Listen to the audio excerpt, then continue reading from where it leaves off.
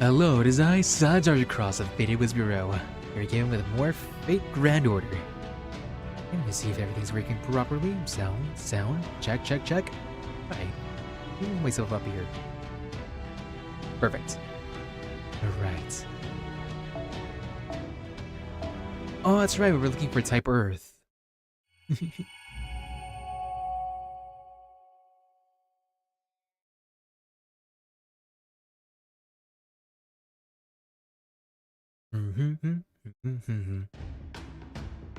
And that's the long and short of it. Difficult though the fight was, we all came through intact.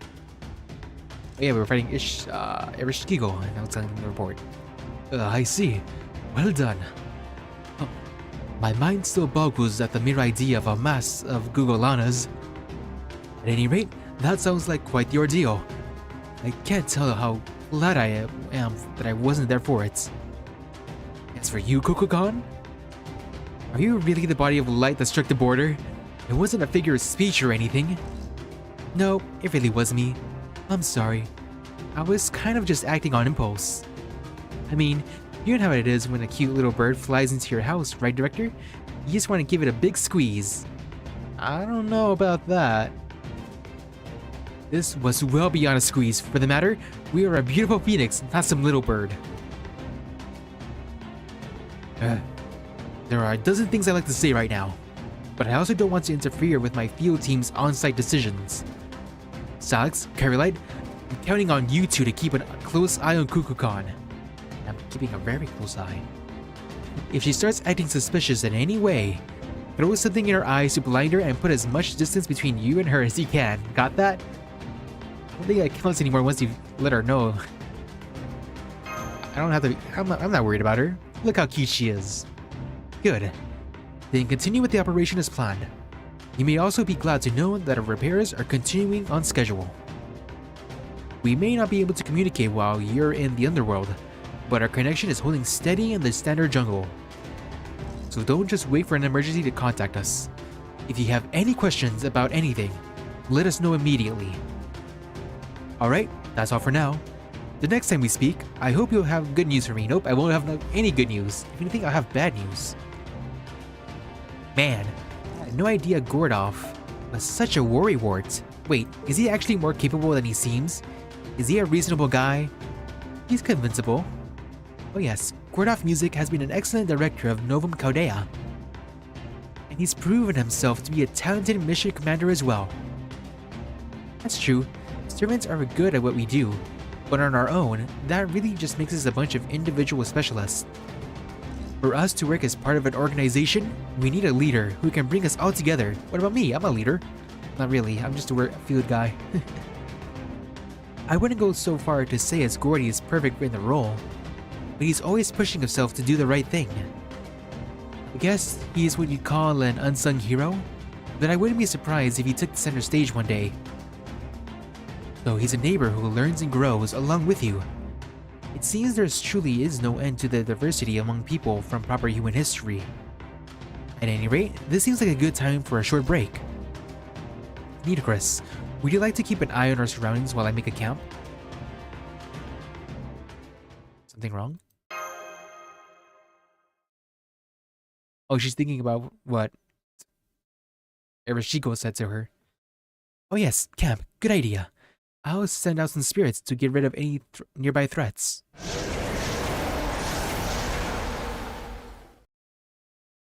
Nitocris, wait. If you send out spirits in all directions like that... Oh, come on. Filler battle. Look like a dinosaur. Huh?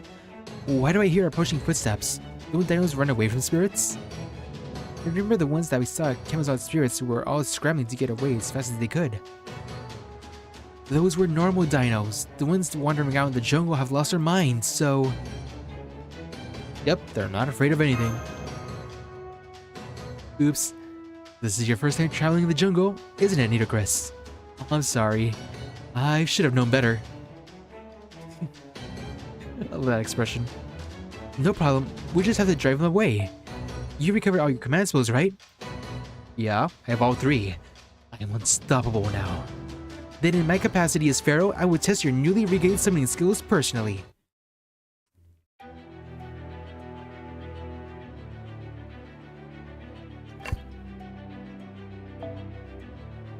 Mm-hmm. My servants. Use my own Kukulcan? Can, right? I can use my own Da Vinci. I cannot use this one. Bring mash.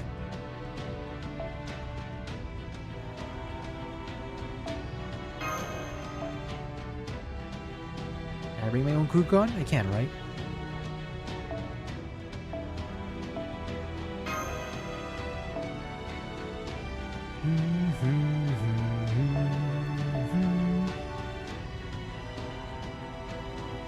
Bring in the stars. And yeah, Queen Sky is back in the border, not with us. Wait, these dinos have invincibility, whatever. Which one should I give? Perfect. And just in case. That's it. Alright.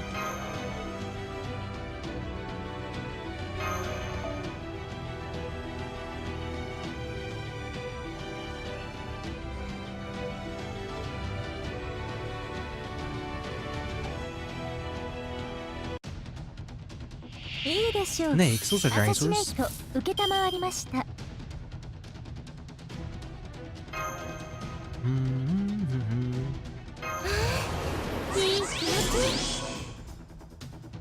Did I just destroy them all now? Yes.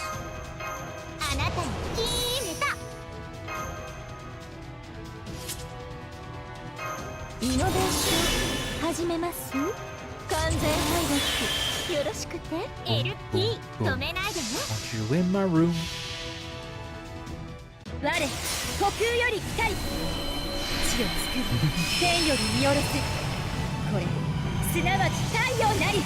Green smash.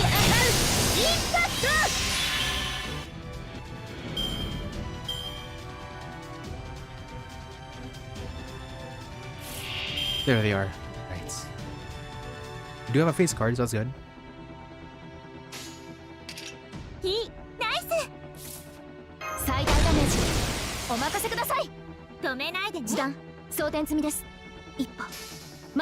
What? Boom!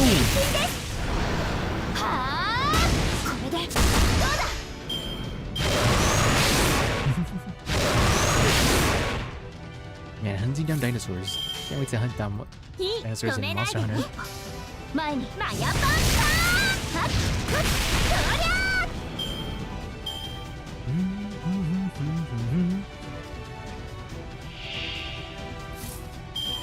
I do not have bonuses.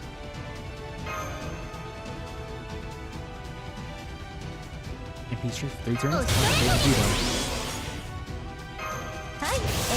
サービスです。もちろんピンチチャンスに了解ご用件ね。ナイススライドスマッシュ目障りですね。必須滝落とし43, 46. A little bit more. Just a little bit more. Wait, I used them. Wait, there we go. あなたに決めた髪見られてますね。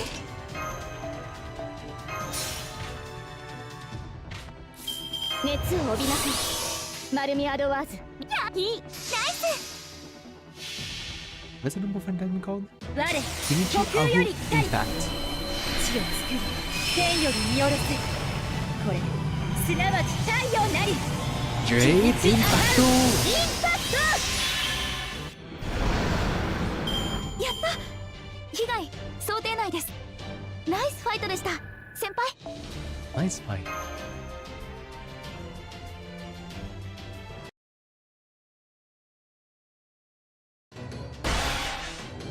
Get out of here, you big lizard.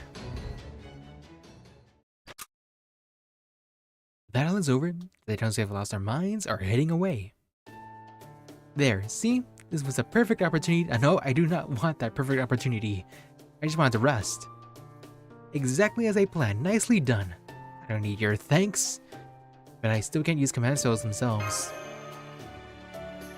Yep, you might have regained your abilities to summon heroic spirits, which proves you're a master. But it looks like you're still unable to activate your command spells. So while you once again summon servants, you still can't use your command spells to empower them. By just having for show?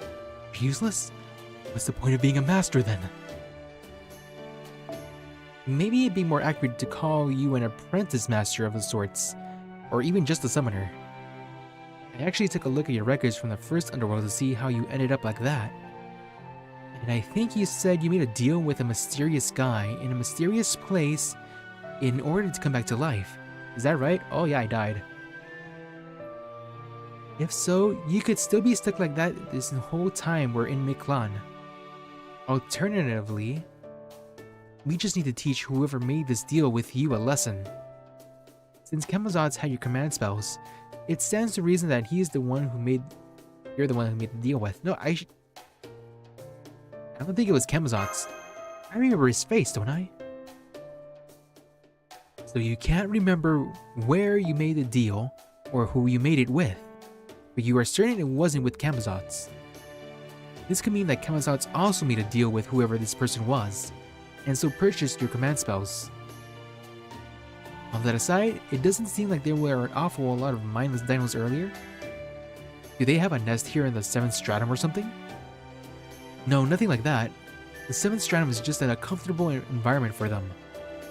For the most dinos in Oslimit, this is a dangerous environment where one false step can kill you. Part of that is because Camazotz, the god of death, lives nearby in the 8th stratum. But it's also because the 8th and 9th strata are filled with poisonous gas and dangerous cosmic rays. No living creature can easily enter those strata. They're just too deadly. Space cancer. Got it.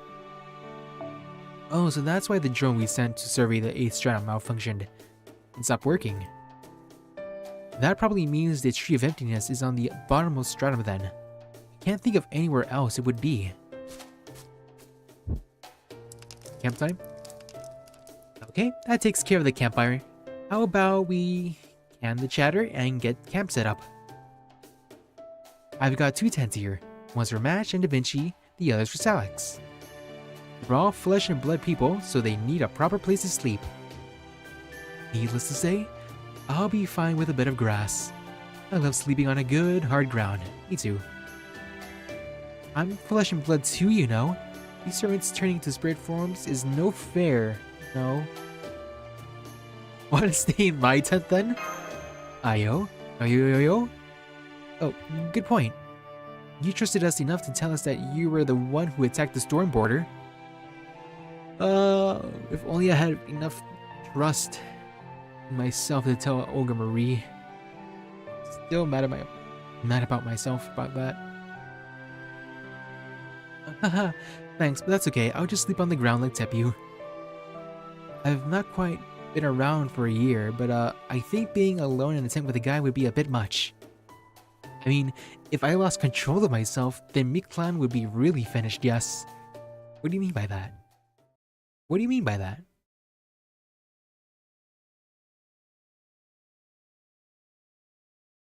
Surprised Mash wasn't very defensive.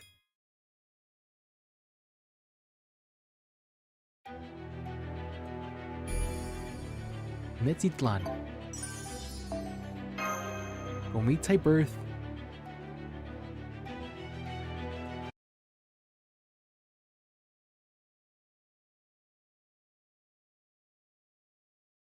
Ugh, the morning sun. I can't handle it. Oh, it's beautiful. It's a pyramid made of branches and thorns. So this is the Miklan Observatory, huh? A natural biosphere. This is more like a nature preserve than an observatory. And it's not like the rest of Miklan either. This place is straight out of Cenozoic era proper human history. I'm not surprised. The Mala has no influence here. This is where the planet's sense of touch was dispatched from the inner sea, the place where the elementals that exist in proper human history were born.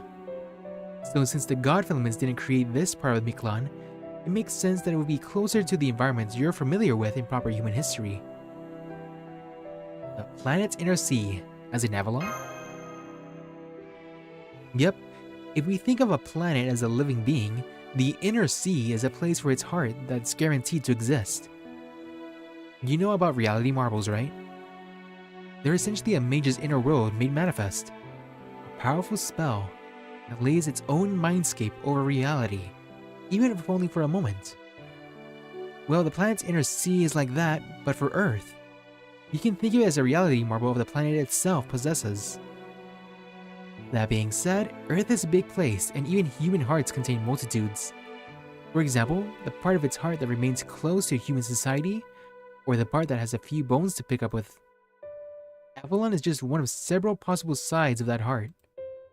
One that prefers nature and eschews connections to human society.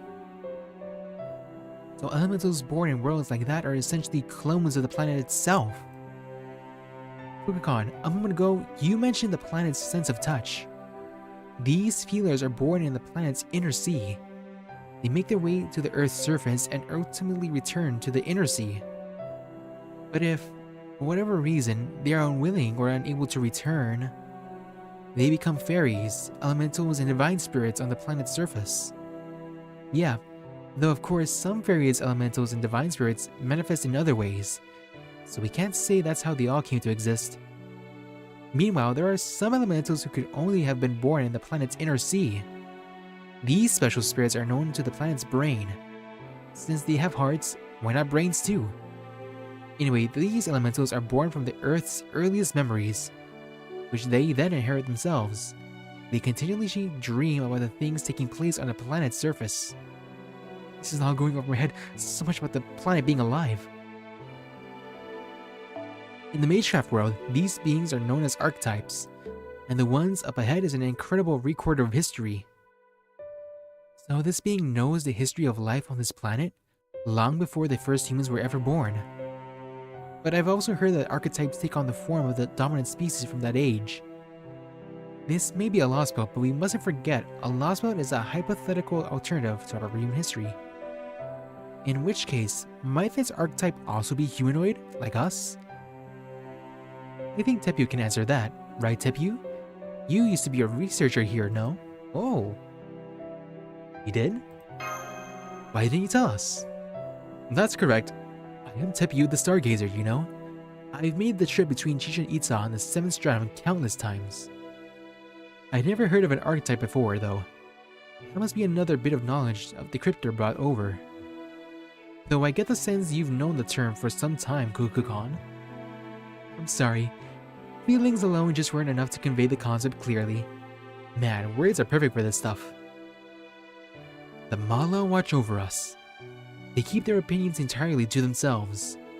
I'm surprised that Kukulcan, the teachings of the sun herself, would be bound to the rule like that. Oh well, I couldn't fail to note that Sweetpick isn't like the other dinos. Though I also suspect that the Miklan archetype is different from the one in proper human history. Miklan itself is already much like the planet's inner sea. It's closed off from both the surface and outer space, unaffected by change. For the archetype born here, it must feel positively suffocating, since you'll never get to see the outside of it.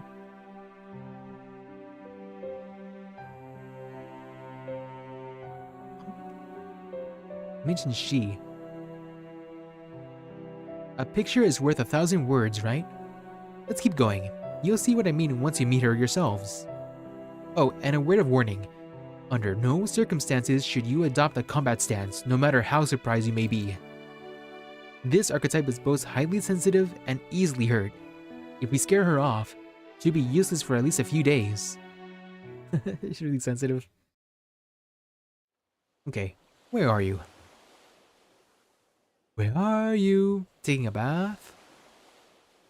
In the branches? Hiding? Somewhere?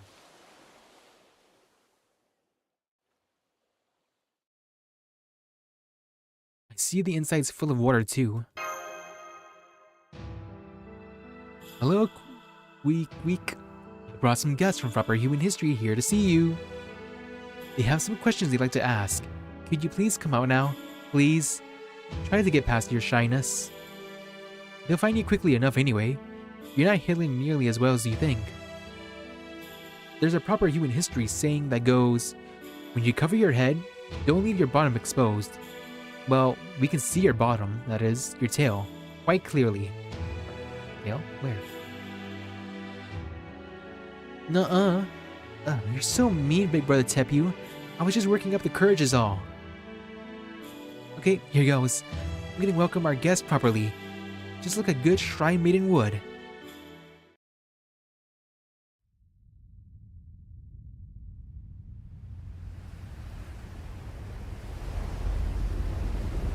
Water is rising.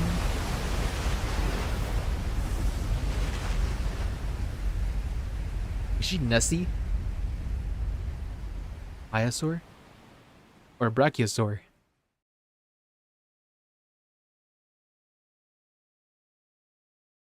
Hello everyone. It's so nice to meet all of you. Thank you for coming all this way from Chichen Itza. I'm Suiki. My job is watching over Miklan's journey from here in this moon plateau. There's much I don't know about the wider world, so I might say the wrong thing now and then, so please bear with me. What, it's a dinosaur. She's huge! How big are we talking about? I can't tell quite for scale. A Diplodocus! You're an actual Diplodocus! Oh, she's a sea-type one. She has no legs, just flippers. Your species was the largest herbivorous dinosaur on the Earth. Oh no, it is a four-legged one. Only you're even bigger than the ones from proper human history. You must be at least 60 meters from head to tail. This is amazing! How was she hidden, actually? Thank you, child of proper human history. You have a lovely voice, just as I thought you would. You know who I am? Did Kukulcan tell you about me? No, I saw you myself. I can see all the way to the second stratum from here, in fact. But unlike Kukulcan, I couldn't hear your voices, so I never learned your names. Would you mind introducing yourselves now?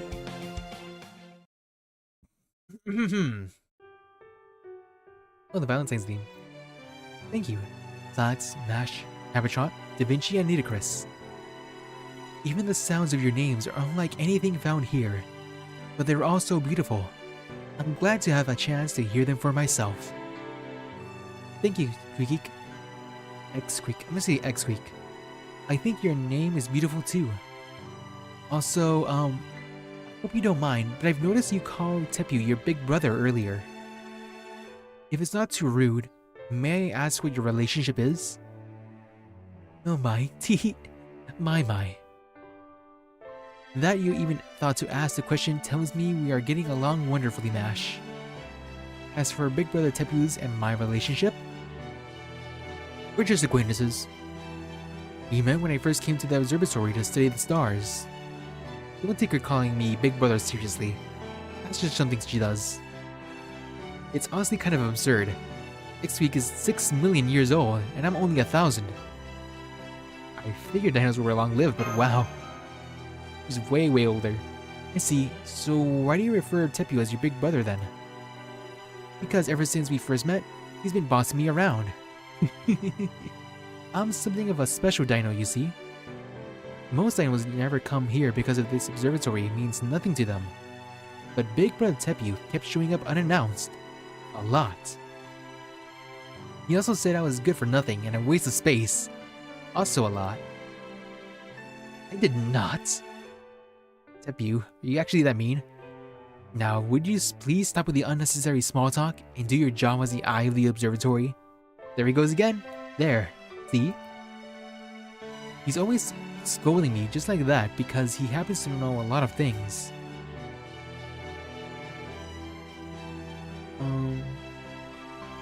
Is this one of those... Yes, he's the typical big brother figure who acts cold on the outside but still comes to check her out unconcerned. I swear, when are you finally gonna grow out of your such childish nonsense? Never. You know as well as I do that I'm eternally 1 year old. Suppose that's true? Since you were born as an extension of the plant's sense of touch, you'll never grow or mature mentally. That's why you refer to me as your big older brother. From your perspective, everyone will always be older than you. Alright, Salix, Da Vinci, go ahead and ask Kukik what you'd like to know. She sees everything that happens in Miklan. So if anyone knows what David has been doing for the past year, it's her. David. You want to know about David? That's right, do you know him? Oh yes. He came here almost immediately after he first arrived in Miklan. He told me to tell him the truth about Miklan and its history, and to do it in 5 minutes because he didn't have time to spare on us. 5 minutes? Summarized? Why is he always such in a hurry? I knew he was a visitor from proper human history, but I also didn't have any reason to refuse, so I told him what he asked for. In proper human history terms, that was exactly 1 year ago. Does that match the time the cryptid first showed up? Hold on, you knew about proper human history and the Lost Boats before the cryptid arrived, right? Then why did you do what he asked? From where you stand, anyone from proper human history would be an invader. Good question. As an archetype, I was aware Miklan is not Earth's true environment. I could also foresee that David would use the knowledge he gained from me to form the Oslame and begin hunting dinos. That's very sad, of course, but it was still no reason to refuse him. That sounds like a really good reason to refuse him, what the hell? Everyone has different worldviews, principles, and values. No two people think exactly the same way. And reaching true mutual understanding almost never happens. That's why everyone must be treated equally. We all know it's wrong to disregard other people's time, ideals, and lives just because they live far away. Or because you've never met them. Or you have no connection to them. Or it won't be to your benefit. This is the code of ethics for dealing with life we dinos have arrived at over a very, very long time. We don't discriminate, either positively or negatively, towards anyone, regardless of how strong or weak they might be. Dinos treat all forms of life equally. After all, a society where only special people are given special treatment would simply be wrong, wouldn't it? As I thought, it seems she's deeply impressed Mash. Yes, I squeak, complied with David's demand, which is why she'll now do the same for you. Now, let's get down to business. What has David been doing? And what is he planning next? There is no need to discuss anything out. Huh? It's not like you to be so impatient, big brother Tepu. If you want to know David's objective, then you should also know what he asked me. Isn't that how you would normally approach things like this? Good point. That information is definitely crucial, and I'm also very interested in hearing it. Is something wrong, Tepu? You've been kind of restless ever since we got here. Have I? I suppose I have. I must have gotten more worked up than I realized being back in the observatory after such a long time. Alright, I will leave the questioning to you, Da Vinci. In the meantime, I'll go prepare the Popo ritual. Is he nervous or something? I don't think Tepu is irritated as so much as he's suffering. Alright, I guess I'll handle the questions then.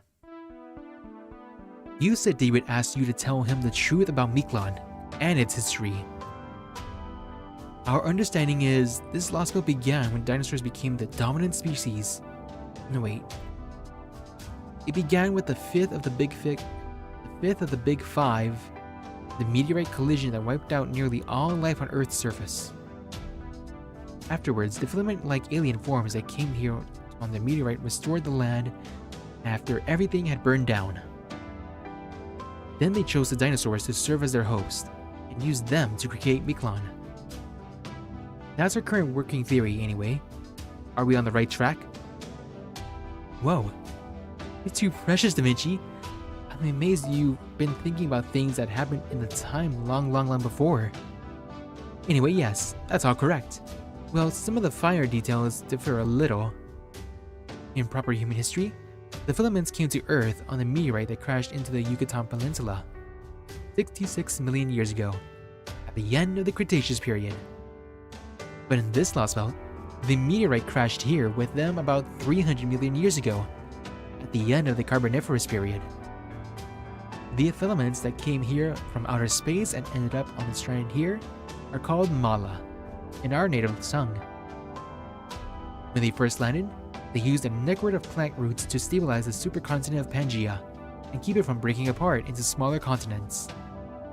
So this lost boat actually started 300 million years ago, back when Pangaea still existed. 300 million years ago? Before even the third of the Big Five took place? Oh wait, so that's why Sally was talking about the Carboniferous period before. Okay, that makes a lot start to add up. In proper human history, 95% of Paleozoic era aquatic life went extinct during the transition from the Permian period to the Triassic period. That was when the dinosaurs stepped in as the dominant life form, since they were better suited for that environment. After that, Pangaea split apart into the Larsuria continent to the north and the Godawa continent to the south, which scattered the dinosaurs all across the world. These are two new words I never heard about. Laurasia, Gondwana. Huh. I've always heard about Pangaea, but not these two. Laurasia, Gondwana. But if Pangaea hadn't fractured, then the dinosaurs' paradise would have been a much greater opportunity to flourish. And as long as the dinosaurs remained at the top of the food chain, there would be no chance for mammals to evolve into intelligent life. Maybe that's what David's up to. He wants to create a cataclysmic event so humans can spawn. So that was how Miklan began. How the Malan's early arrival changed the world so dramatically. But what about the fourth extinction event at the end of the Triassic period, and the meteorite that crashed into the Yucatan Peninsula at the end of the Cretaceous? Wouldn't either of those prevented this lost boats from occurring? I don't know about the fourth and fifth extinction events from proper human history, but Miklan did have a fourth one.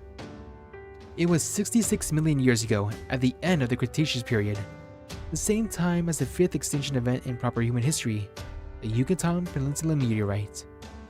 Once again, a meteorite collided with this planet, burning away everything on the surface and threatening the dinosaurs with extinction.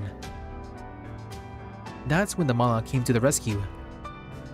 The Mala foresaw the meteorite's impact and built a shelter deep underground. They then collected all the energy on the surface of the Earth and redirected it to create its subterranean paradise.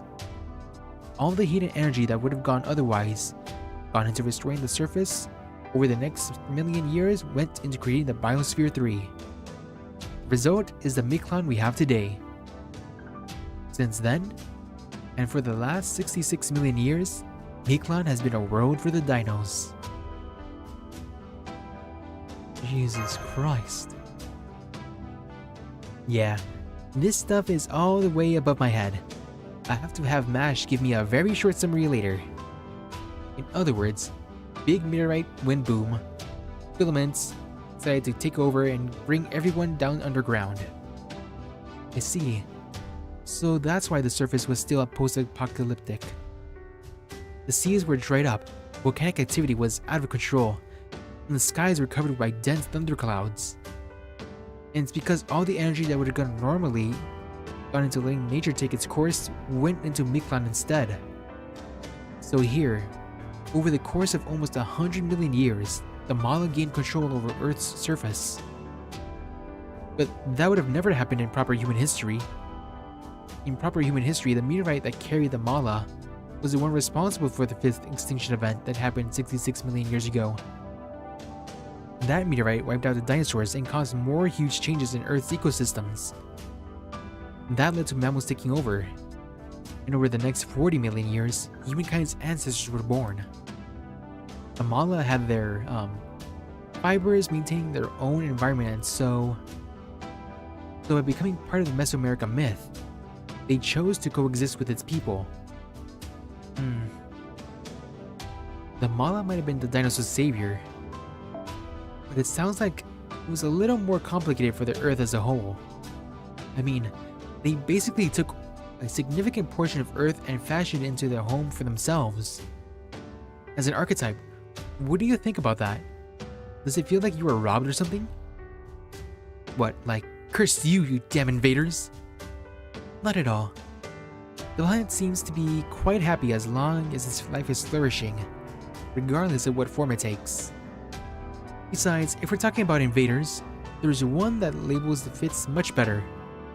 In fact, that invader was the impetus behind Mictlan's creation. In proper human history, the Mala were responsible for the Earth's 5th major extinction event and created the Yucatan Peninsula's mythological world. But, in our Lost Belt, something else was responsible for the 3rd major extinction event, a meteorite that burrowed its way deep below Mictlan. Like the Mala, it was an invader which arrived 66 million years earlier than it should have, owing to a slight deviation in its course. A planet-eating monster that came here from the Oort cloud in the far reaches of the solar system. Oort.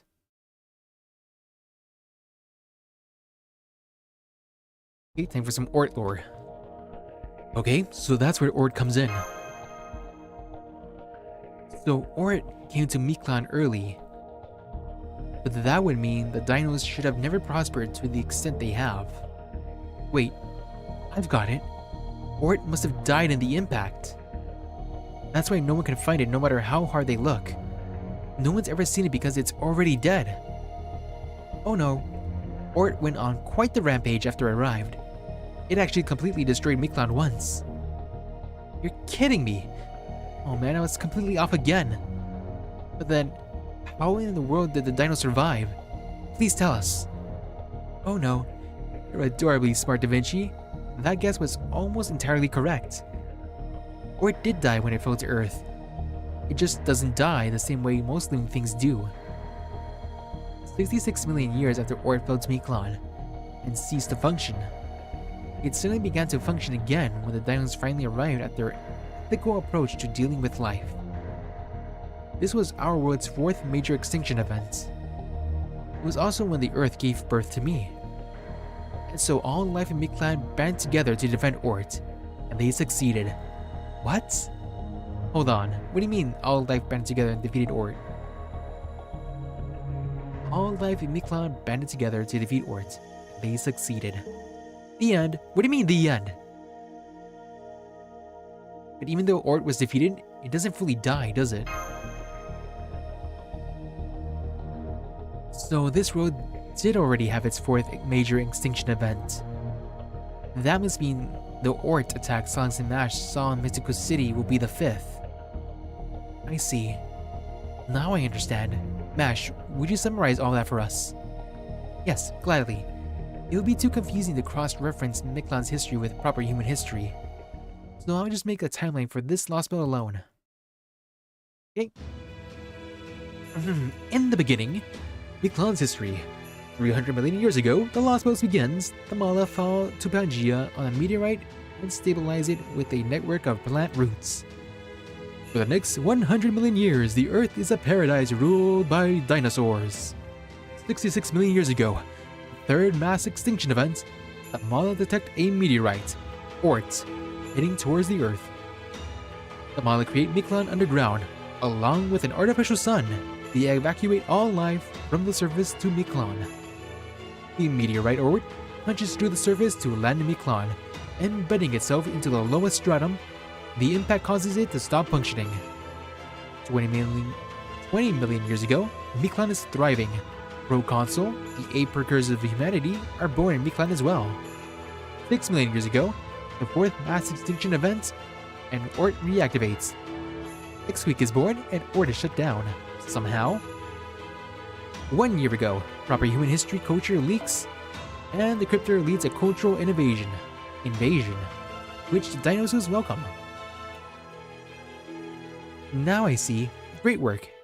was all very clear. Oh no, compared to Quickic, I may as well be minuscule Kyrillite. So what was that parts marked in red? Oh, X-Week added those. She said they were important. Okay, now I got a pretty full picture. It's clear that Ort does exist, and is still a threat. No wonder David asked you all about this. Now we're both on equal footing terms in terms of information. Oh no, I didn't tell David any of this. I was going to, but he said he didn't need to hear it, because he already figured it out by himself. God fucking hell, how smart is this dude? Oh no, Da Vinci. Oh, he's like, what? What do you mean he figured it out all by himself already? He's like, what do you mean? Oh no. It's okay, Da Vinci. Hang in there, just hang in there. Then what did David ask you about? The location of Ort's remains? No. He asked me if the sun had ever gone out. As in Miklan's artificial sun? Why would he want to know if it had ever gone out before?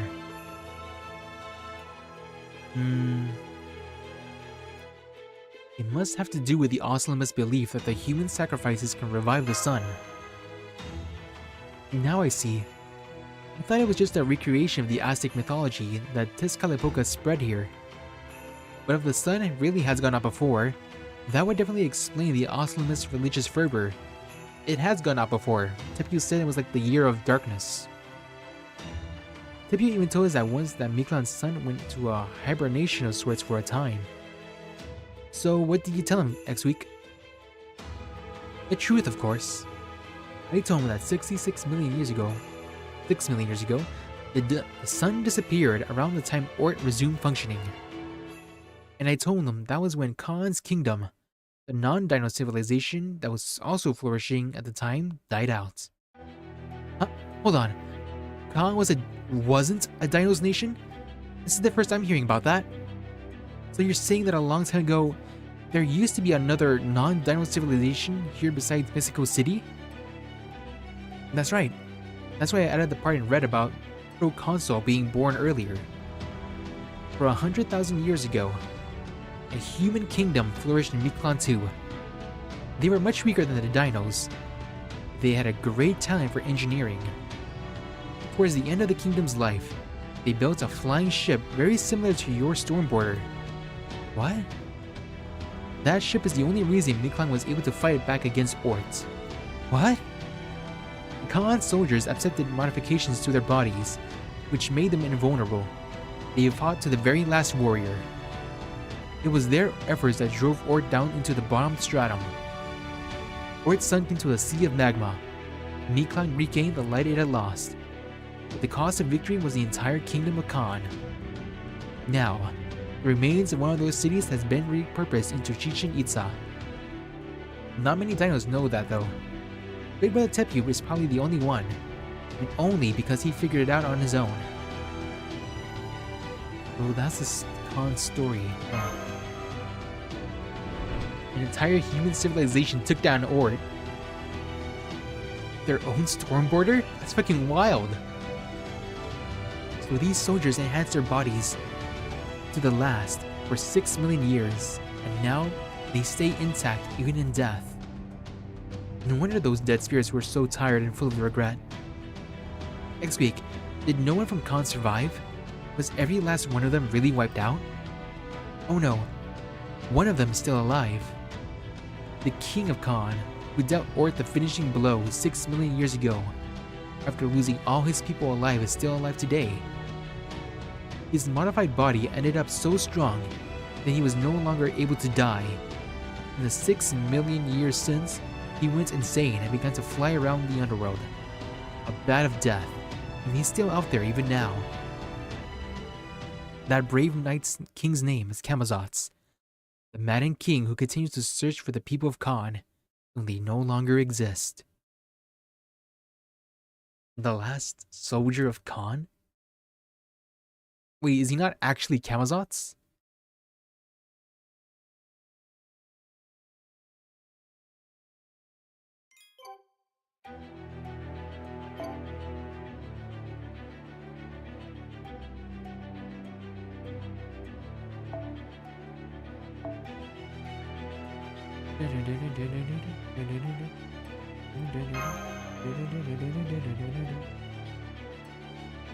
Yet not jaded.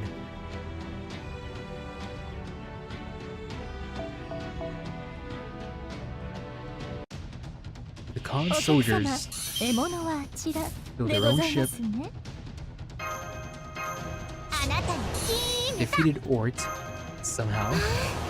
いい気持ちイノベーシ Then ョン始めます肉と火止めないでね modified themselves. They all died except for Kamazots, 質量を who's 通 actually る破 human, 壊力です modified ど superhuman. こにいようと逃がしませんお覚悟のほどよろしいですかクルカンヒドスマッシャー Kukulcan Giga Smasher. Please be only be one enemy. Nope, multiple enemies. オルテナンス全機能解放 They have no Kukulcan cards. And いかほどまあご用件は吹っ飛びなさいませチェックメイトスタート飛び跳ねますねバディですので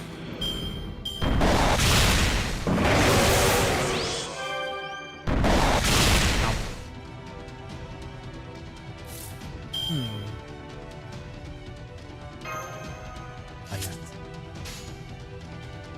いいナイス一歩まあバレないでねスライドスマッシュ後ろです鋭く冷たく Beam!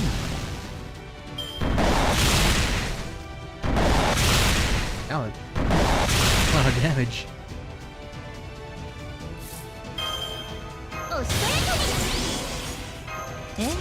そのように失礼こちらの話です早書きですカル上の運命をかけた戦いであればやったー前に広域試験開始そんなところにいたんだ次年ごと Wonder if we would 叩 do き潰 release してあげる Kamazots, what class 地 would 下 it 冥 be? 界に Yeah, 行 maybe ってこ it's ーい Could he also be 捉 Pretender? えた助け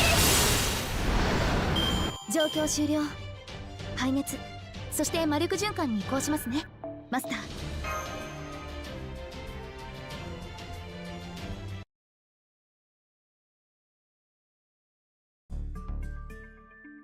Why would we be fighting? It's going to be a bit longer before I can show you what David is up to. Would you mind waiting outside? Oh, then, could I ask you to neutralize the mindless dinos wandering around the dome? Oh, that's why. The scent of the Magyu and Poke we use in the ritual tends to attract them, you see. Hey, look, the word Poke. I watched a YouTube video the other day about what exactly that is. It's a type of alcohol made from agave, just like tequila, except it's more easier to make, much easier. You just ferment it on the spot.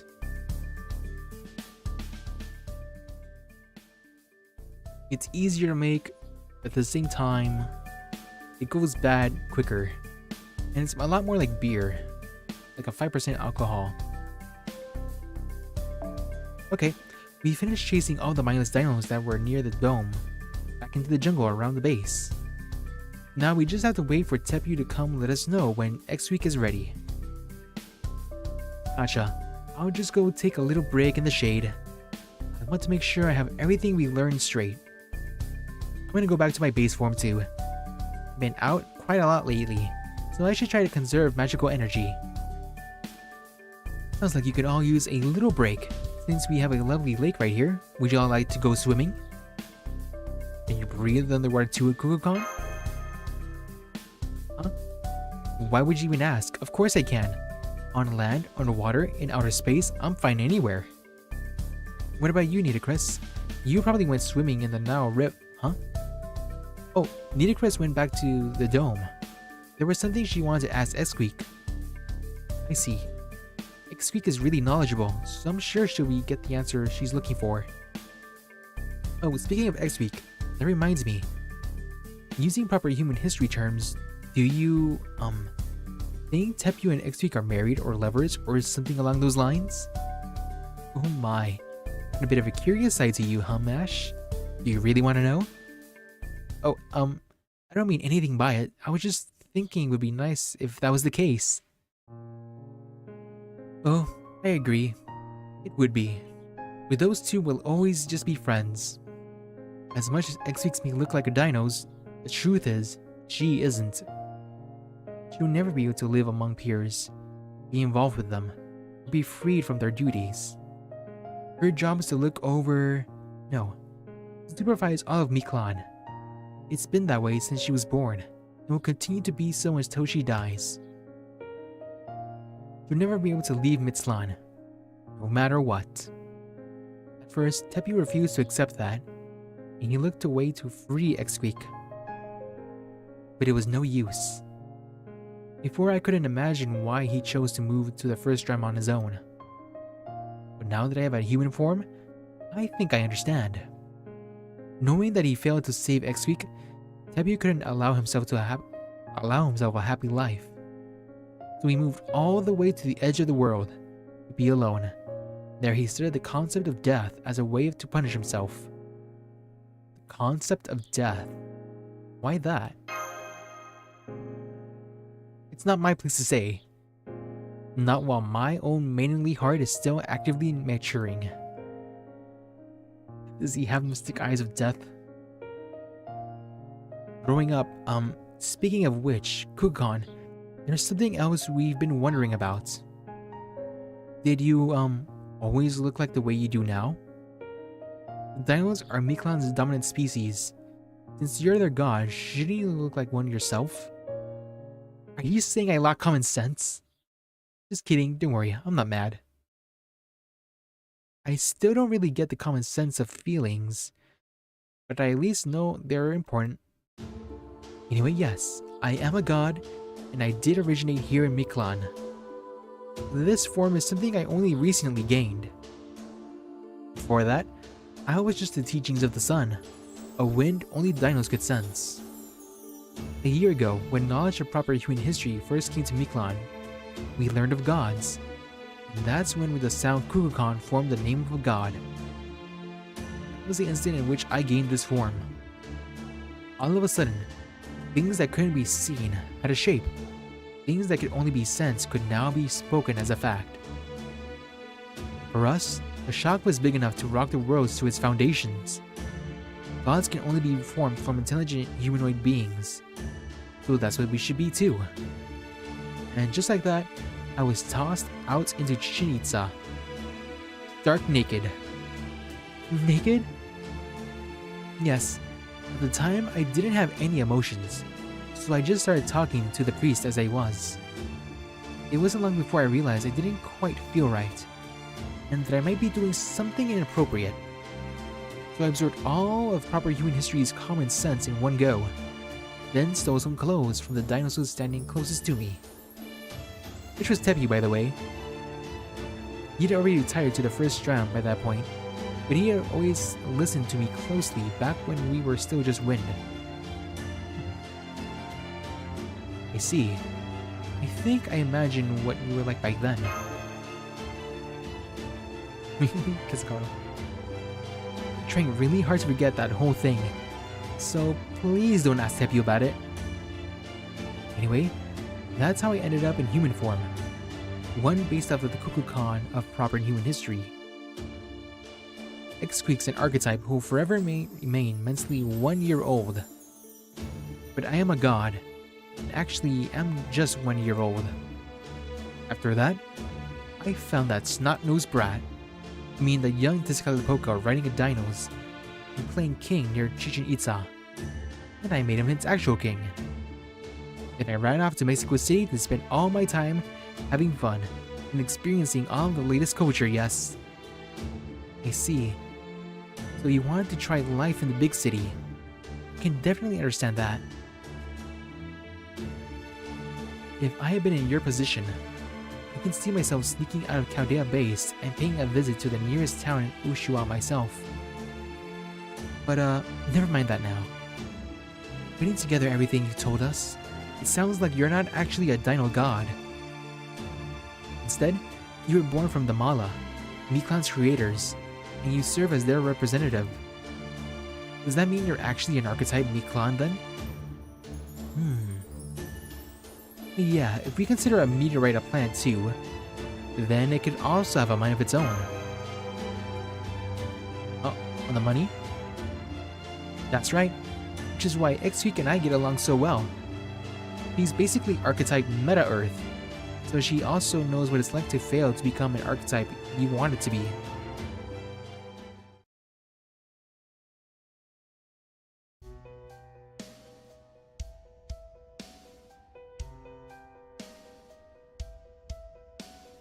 You want to know how Camazotz turned servants into guardians of the underworld?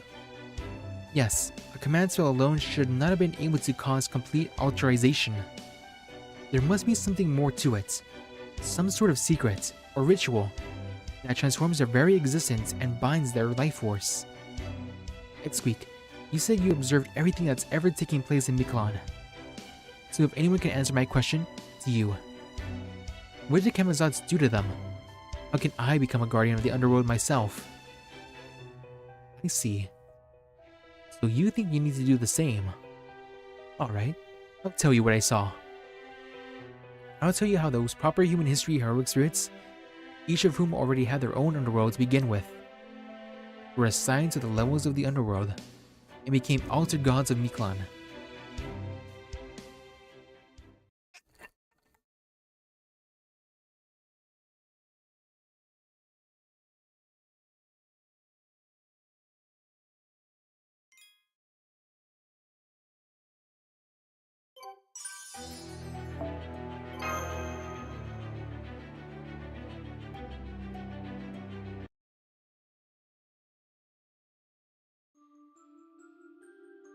Being a little dizzy here. What is this stuff? Thank you for waiting, everyone. I am ready to begin the Popo ritual. Normally, I can see everything from Miklan's second stratum to the 8th, but David has been the exception. Whenever I try to observe him from here, all I would see is a deep darkness. He was there, yet not there. Present, yet unseeable. It was like observing an empty cavern with extremely low atomic density, completely devoid of matter. Cavern devoid of matter, like the supervoids found in the large-scale structures of the universe. What? Does this mean David is wearing some kind of filter that makes him normally visible when he's in front of you, but also cloaks him in darkness when viewed from a distance? Though even as an observer, I haven't been able to witness his actions. The only ones who know what David has been up to are David himself and Miklan's own time. So to answer your question, I'm going to have you view that time itself. This sense is a Popo, a ritual that connects your minds to Miklan's. I said to begin with Miztlan from 1 year ago. Please, close your eyes and let your body feel the intoxication. With this ritual, to the maximum extent possible, you should be able to see vicariously experience everything David did in the year since he spoke with me.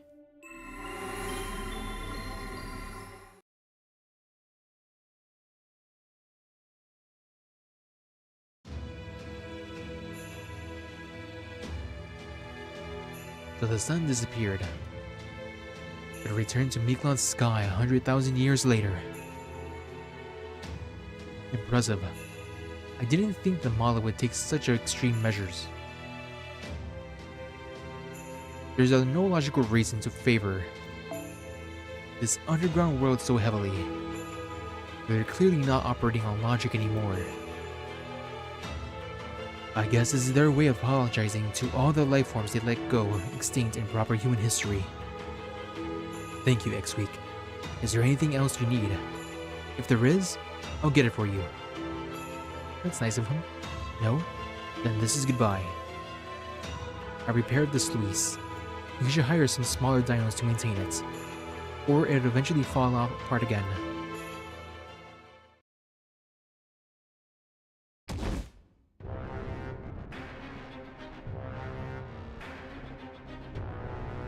So you're the crypter, and I see you're all alone. Did you really think you could come across this fourth underworld and Miklan's space tree all by yourself without so much as a guide? Yes, exactly. That's exactly how a human should be. There is nothing better or more fitting than being alone. When you're alone, you don't have anyone to protect. As long as you're strong, you don't need to care about anyone either. But you should curse me. You should loathe Miklan. For as long as I, Camazons, am here, no one will ever reach the 9th stratum.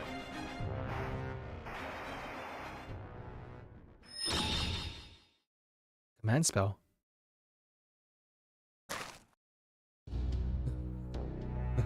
Did he almost die?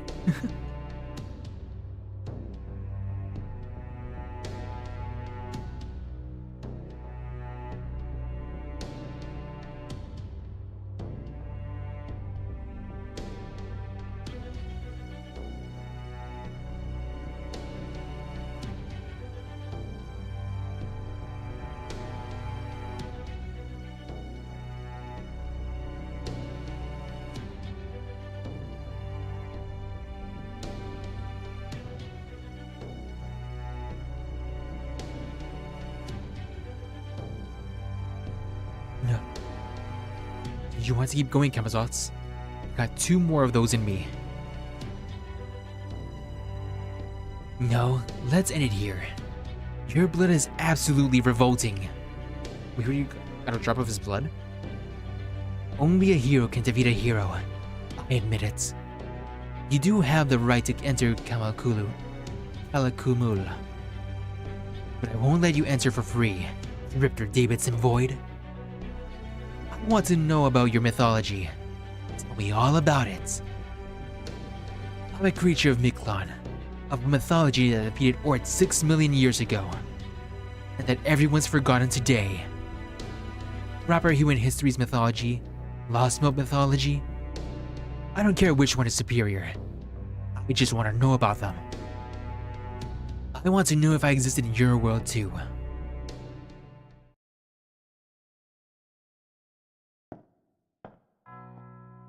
So, this is it. I finally made it. Wait, this like bell ring, this theme kind of sounds like the Sephiroth theme, like the eerie bell. Dung. As I thought, Ort is dead, but only because it ran out of fuel. If I use lots of high energy magical circuits to close its wounds, it'll start up in no time. Still, X-Weed said the cosmic rays emitted from the bottom stratum would stop in a year, which would then be followed by a period of underworld pilgrimage. I won't be able to come here again for another year. I need to use that time to make sure I'm ready. Guess I better summon a servant. Lost spells or not, this is still Miklan. There should be more than enough in the way of the catalyst. Even if I don't count as part of humanity, I can still summon a servant with the power of the land itself. A servant who will respond to my call, who is unconcerned with good and evil, but who still approves of war. I've got it. You'll be the one to help me, almighty Tezcatlipoca. You already knew who you wanted to summon and summon them? Freaking crazy. Because... oh man, Blue Tezcatlipoca. I can't believe it. You actually made a human body to possess just to answer that guy's summons? Is he really that interesting? Looks like you and I are both still way too lenient in our trial judgments. Well, whatever.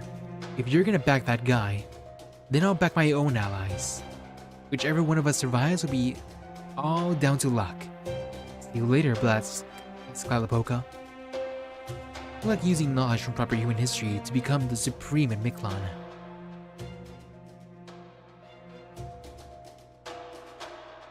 Hey there, brother. How do you like my Mexico City? It's actually got a different name. This is 2019. If you're gonna say it out loud, it's better to go with the more recent one.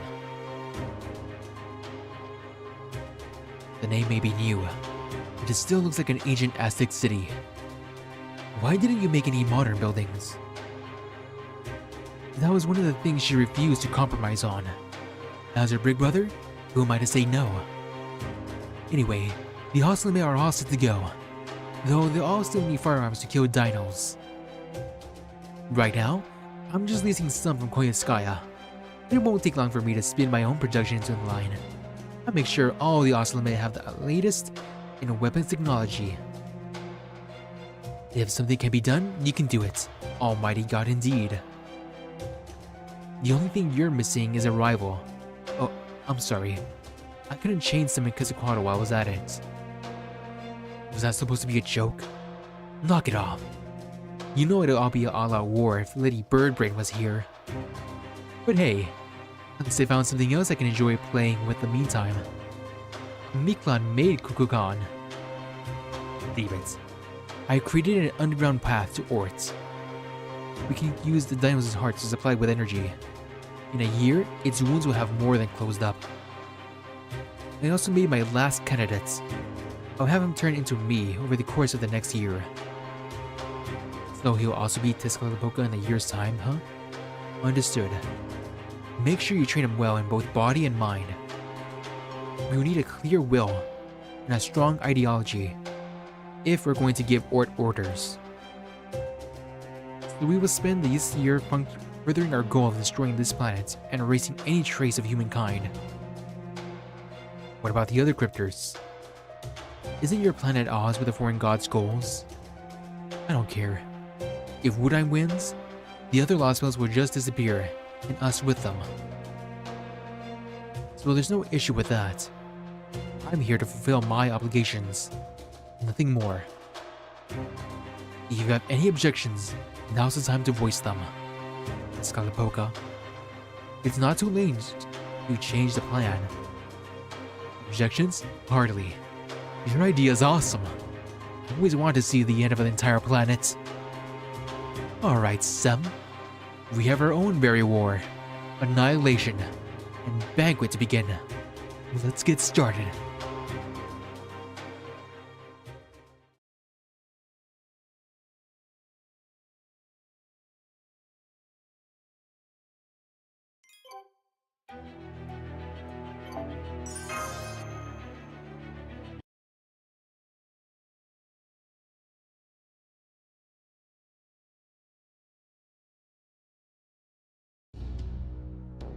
Okay, let's make sure we all saw the same thing out there.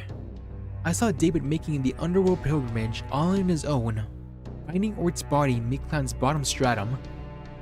I saw him talking to Tezcatlipoca about using dinos hearts to reactivate Ort. And I saw him planning to go back down to the bottom stratum to do just that in a year's time, which would be now. Damn. He doesn't just want to destroy Miklan, he wants to destroy all of Earth. Sephiroth plan to do. The poisonous gas that fills the 8th and bottom strata disappears once a year for just a few days at a time.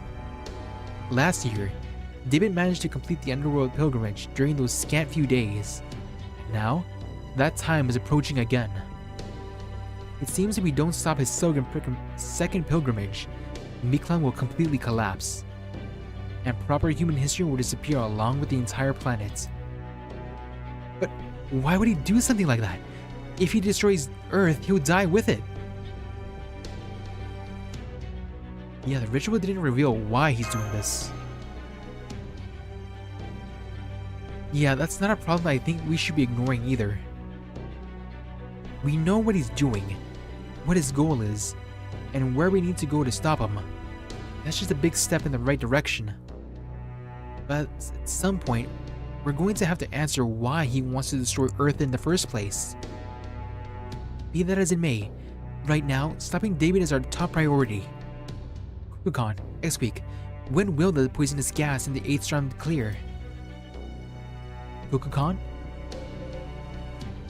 Hello, Earth to Kukulcan. Are you feeling okay? Hungry? Want corn? Yes, I'm sorry. I was just a little lost in thought. I'm afraid I can't tell you the exact time the gas will dissipate. I can only say that it will happen in the next few days. It's okay. That's enough. Okay? We know David has only one command spell left. He used one in his battle with Camazotz, and another to activate Tezcatlipoca's Noble Phantasm in Mexico City. He probably means to use the very last one to revive Ort. If we let him reach the bottom stratum again, it's over. Fortunately, the underworld is still closed off. And I'm sure the dinos will help us once we explain the situations to them. If they help us invade Mexico City, we can capture David and stop him from reviving Ort. I agree. As long as we can convince the king of the dinosaurs, I'm certain they'll help us. This doesn't just concern proper human history. This is about to protect humanity, with Earth itself at the stake. So you want to stop David and save humanity. You're very brave to go up against someone who fought Camazotz to a standstill. But there's no point in that if he gets you killed. Why not go back to Chichen Itza and wait to see what happens, instead of risking your own necks? Maybe David will fail. Maybe Ort will never wake up. And even if the world is destroyed, it won't be your fault. So why not just relax and enjoy yourselves? I'm afraid we can't do that. If we don't protect the world... But isn't the destruction of worlds natural? We don't fight among ourselves. We don't struggle against how things are. We simply go with the flow, as you say. That's how we've been able to live peacefully for 66 million years. If the world is destroyed, that just means its time has come. I don't think humans have any right to interfere. Don't you agree, Big Brother Tepu? Fighting to protect the world is just because you don't want to die is just selfish. Even wrong, isn't it? Tepu? You're not agreeing, right? Even if the world is destroyed and all life dies out, that's not a tragedy. It's just a natural order of things. All life is equal. No living thing is worth more than any other. Death comes for everything eventually, and nothing deserves preferential treatment. So no matter what happens or who dies, there's no need for such intense grief. As living beings, fighting out of a desire to protect someone or something is fundamentally wrong. Hold on there. No. Huh? That's strange. I was trying to cheer you all up, but it looks like I did the opposite. It's like nihilism. It's like a weird form of nihilism. It's like optimistic nihilism. Why worry about things? Just let it happen. I'm sorry, I wish that had gone better. Oh, but you really don't need to worry about all this too much. Even if David doesn't wake up Ort, it won't be long before Miklan ends anyway. Huh? Wait, we're gonna end? Wait, what was that next week? Huh? Did you not tell them, Big Brother Tepu? Miklan's sun will soon reach critical mass. It will explode and wipe us all after 10 more cycles. Miklan's destruction is going to happen no matter what. Every Dinos knows this. Sun is gonna blow up?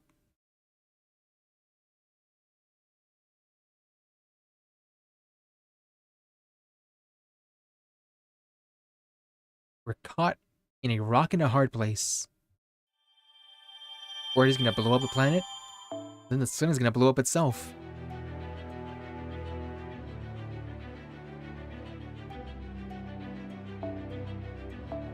Mexico City.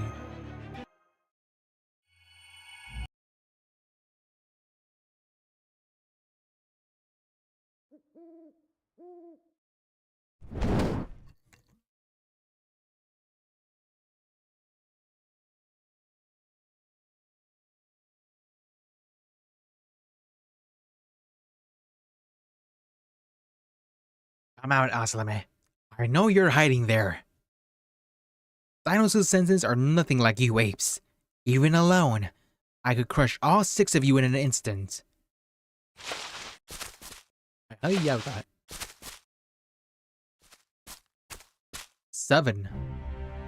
So you came alone as promised. Very well, priest. I'll honor your request. Stand back, soldiers. We're going to talk. King to king. What's wrong? Is it too soon to call you a king? Or are you still not ready to go through with this? No, it's not that. I am a king. I'm the best king the dinos could hope for. We can't trust Kukulcan or the king of dinosaurs. She chose to lead us. The dinosaurs are Miklan's superior species. We are the ideal version of humanity created by the Mala. You Ocelometal monkeys, on the other hand, are a lower form of life that don't enjoy any of Mala's protections. Normally, even considering a discussion like this would be utterly absurd. But if your objective is to truly prolong Miklan's life, then I am willing to be a little absurd. Iskali, king of the Ocelome, if you and your people can truly save our son, then I'll give you the Solar Sojourn, Chichen Itza, and proper human history ship. How does that sound? Give them to us? You mean you want us to get rid of them? And of course we will. Miklan doesn't need 2 capital cities. We'll let a few dinos live, but we will destroy Chichen Itza. That's a relic of the Khan Kingdom, the embodiment of the wisdom we lower lifeforms had to draw on just to survive. You dinos want for nothing. You have everything, so you have no right to that. Fine. I'll make up a reason to send the warriors into the plains. The rest will be up to you. Take that chance to destroy the ramparts and reach the altar. But what about the proper human history ship? Can you carry it yourselves? That won't be necessary. You'll destroy it where it sits. If we're going... You know, I kind of wish I had a filter to make it like a Darth Vader. If we're going up against proper human history, Salak will join us. It seems the Master Chaldea is absent right now. Too bad. I would have liked to obliterate his ship right in front of him.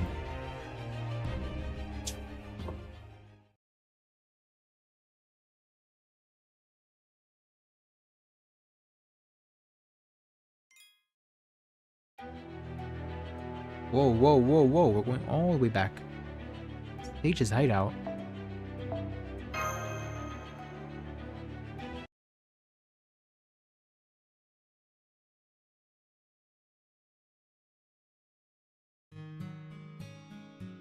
Returning to Tepeu's hermitage was an excellent idea. Nobody will find us here, and we have easy access to the surface whenever we require it. Even were Miklan to collapse, we would be in no danger after the depart of this lost belt. We do need to ensure that the future in which Ort destroys Earth doesn't come to pass. But if that time comes, he and I will do whatever it takes to stop it.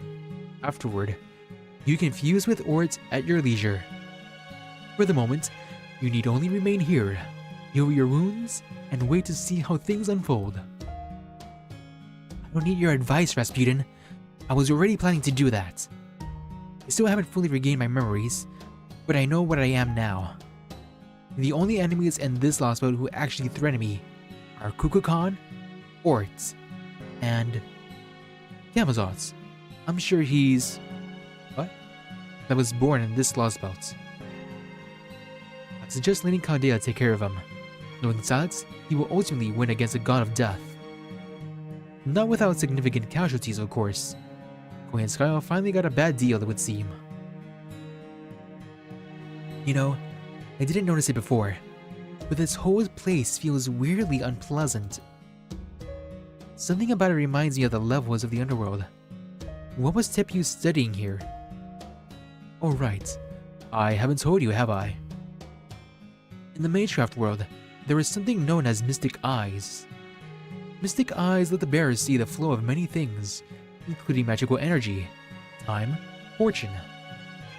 But one of the rarest kind are the Mystic Eyes of Death Perception. They are a rather extraordinary phenomenon, which allows their bearer to perceive death in other beings and then cause it to occur, regardless of what form of life those things may be. Because though they are, there is one being in this lost world who does possess such mystic eyes. Tepu. Oh, I see. Oh well, who cares? Mystics are wasted on dinos, no matter what kind of they are. Eyes like that would be more of a burden than a blessing to a species incapable of mustering the will to fight. More importantly... Hold up. What's going on? Why am I getting these kinds of readings from the third stratum? Have you said something, young miss? You seem far more disturbed than I would expect for the foreign god. It's the Oslime. A whole bunch of them are making their way to the third stratum. I think they're planning to surround Chichen Itza. I see. With Kukulcan off accompanying Salets, Chichen Itza has been left largely defenseless. This must be the perfect opportunity for Tezcatlipoca. While we do owe Chichen Itza a debt for providing us with food and accommodations, that was back when you still had amnesia.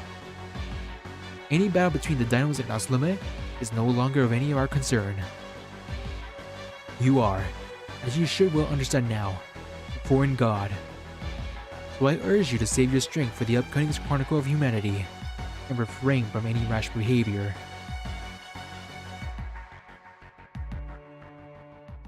You know, you want to save them, Olga Marie. You can save the dinosaurs.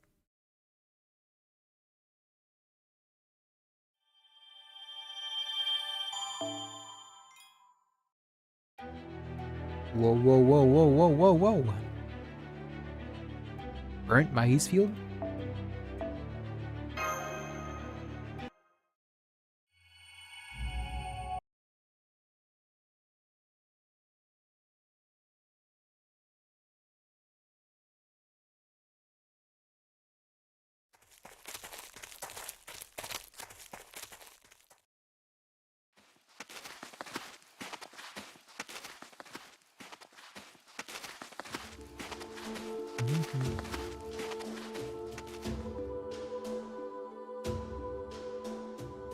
I can't believe the sun's about to explode.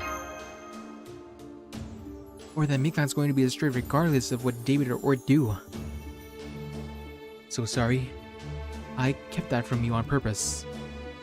Admittedly, in part because it had nothing to do with proper human history. But I also didn't want you simply seeing us as a species doomed to imminent extinction. You don't have to apologize, Tepu. What you did for us let us interact with you and other dinos much more normally than we would have if we'd known your time was limited. In fact, to be honest, I feel like you've got us proper human history folks beat hands down. You dinos really are both incredibly intelligent and ethical. I can't imagine another intelligent species that could be so calm, knowing their sun was about to explode. None of you has much raised your voices, say nothing of rioting or looting. Like this. If they can't possibly save themselves, shouldn't they be spending their last days checking stuff off of their bucket list or something? Anyway, now that we know what David's up to, and how he plans to do it, there was no point in sticking around Miklan any longer. We need to hurry back to Chichen Itza and ask the King of Dinosaurs for help. Whether we capture David while he's still in Mexico City, or whether we set up a dragnet for him in the third underworld during his pilgrimage. We're going to need the dinosaurs' help. Right, not to mention, we should be able to see Olga Marie at Chichen Itza too. Whatever business she had that took her back to the first round is bound to be done by now. Can I help you say the word? Sorry. Oof. I'm afraid she's not. Curvylite, Slacks, did you read me? I know you're in the 5th stratum. Are you guys okay? Oh yes, Karak. The Mrs. Land field team is fine. We're on our way back to Chichen Itza now. Is something wrong? I'm not sensing any hostiles in our vicinity. Not there! Here! A huge Ocelot army is in Chichen Itza surrounded. Somehow, they made it past the warriors' defenses guarding the plains. Now they're infiltrating the city proper. It'll be all out war soon. Get back to the border ASAP. We can't hold out on our long. What? Don't be ridiculous, you fools. You're not fighters. You're basically just porters who can lift a lot. You can't be serious about going to defend the board. Wait, stop. The border's army will hold for a while. You don't have to go out and fight. Wait for Silas to get back. Go on, 7th. Stop them. You're their brother. They'll listen to... not you too. There you go. We can at least last maybe half a day. We need you guys back as fast as you can to get here. Over and out. Faster. Right. Full speed to Chichen Itza.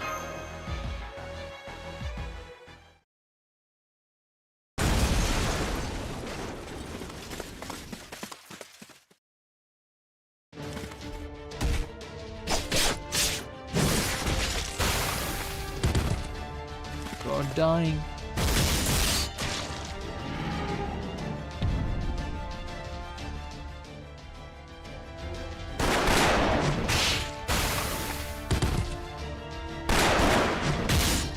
They're dying too, that's good.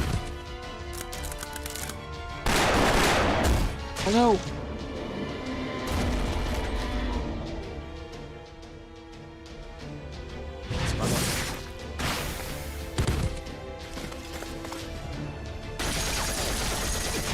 Leave them alone.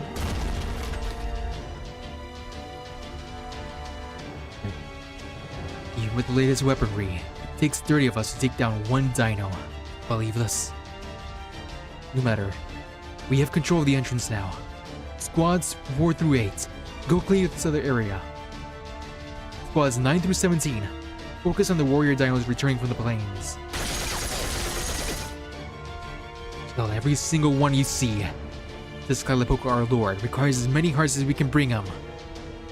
Remember, we're doing this for all of our son. And to make sure Mexico City is our eternal home and capital.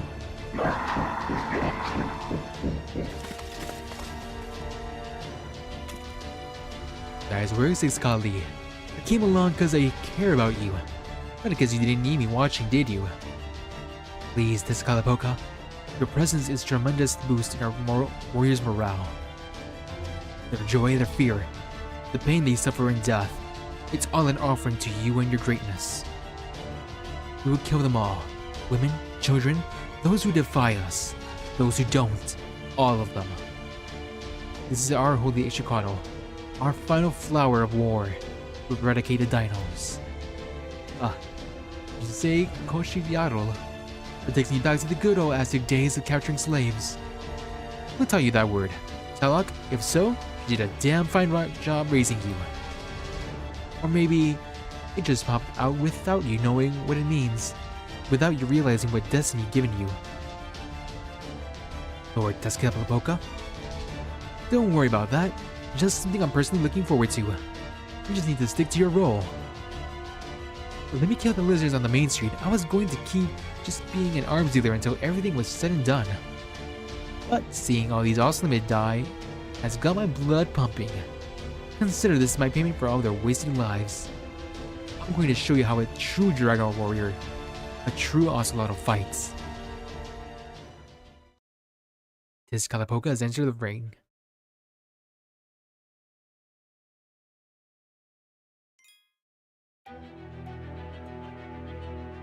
Fast.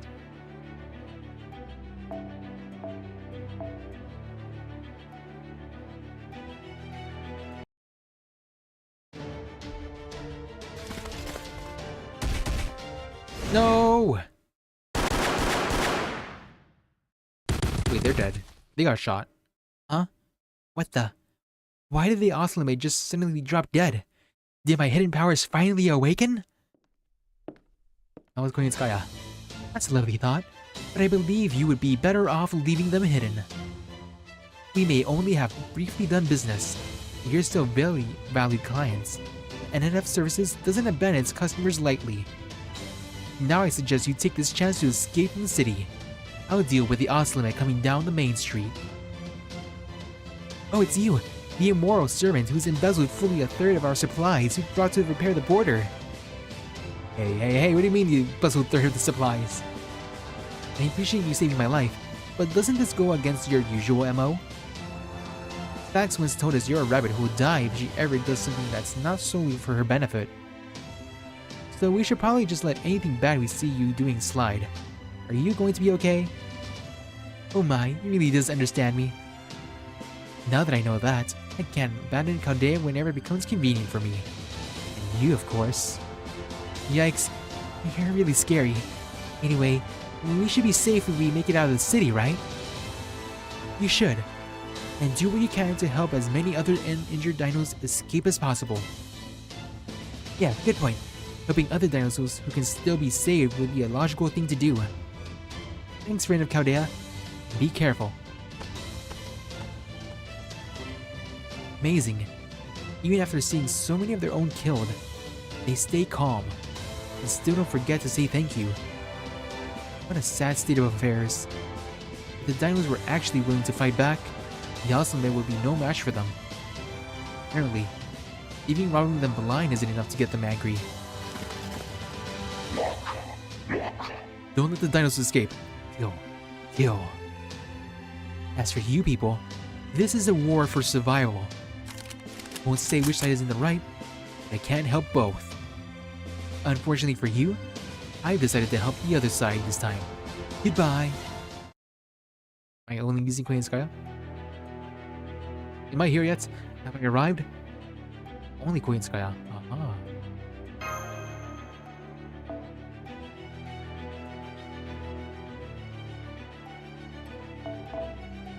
Well, Koyanskaya can just buff herself.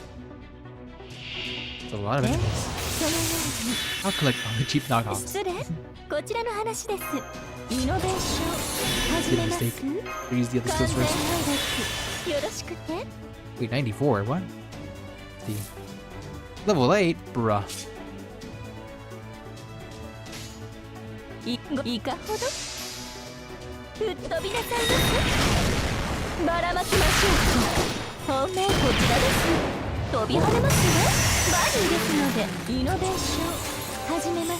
Whoa. Ow. Cool.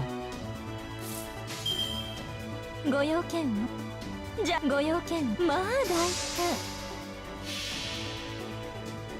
皆様どうぞご覧くださいこのたくましい方と重厚なボディお分かりになりましたねあなたたちなど私の敵ではないことがそのようにイノベーション始めます Oh, each kill she gets is a heal. よろしくてそのように失礼こちらの話です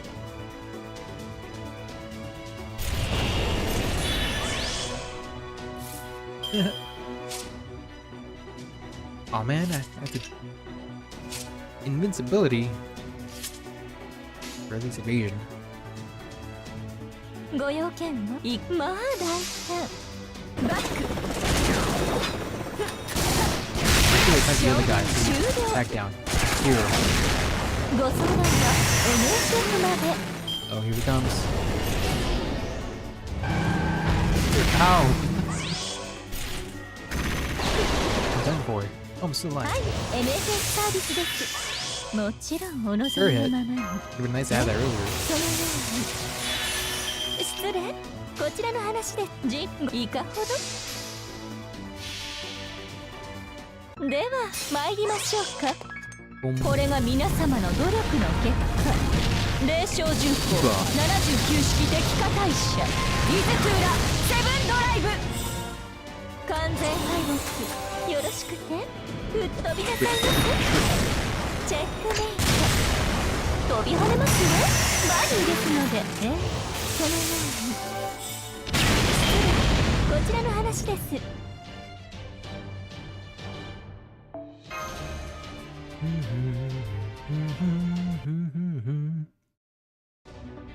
The tanks never had these features. The Yaslima are making remarkable progress with their technology. All within expected parameters though. Okay, 20 squads left and I should be able to handle almost half of them myself. Uh oh. What's this about not helping both sides?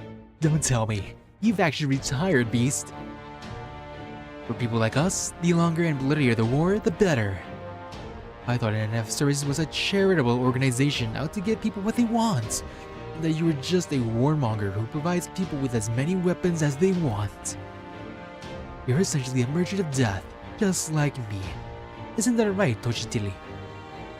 You think devoting yourself to helping people makes you a good merchant? Forget it. It's just going to get you killed. Freaky. Black Tizcalapoca. This war is between the dinos and the Oslame.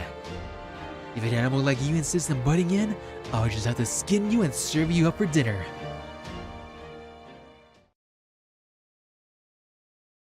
I think Sky's gonna die.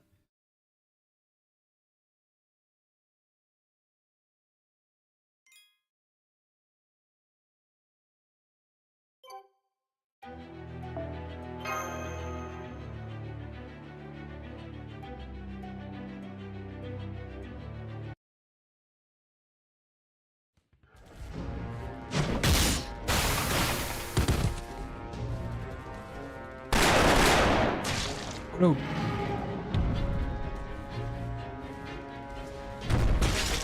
I got eaten alive. Come on, warriors, fight!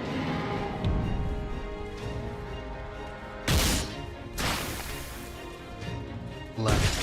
Blood everywhere.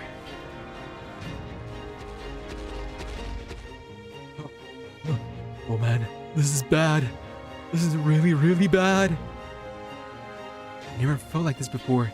My chest is tight, my breath is hot, my head is spinning. No matter how many Oslame I defeat, it just keeps coming. No matter how many I kill, not one is so much as flinches. I'm sick of this. I'm sick of all of this. It's making me sick of how meaningless this all is. I won't die. I won't fall. I won't get tired. The Oslame's weapons can't even scratch me. This only ends one way. I will win, and the Oslame will die. No matter how many dinos they kill, that will never change. That's why I'll never feel this way. And I don't feel that way, but there's still something I don't really like about all of this.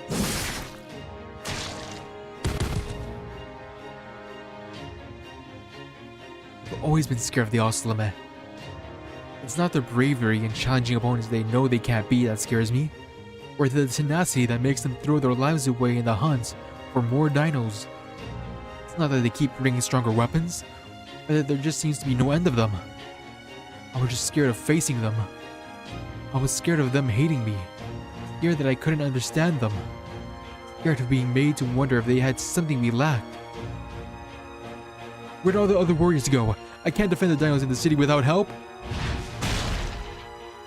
I shred the Oslame gathering around me.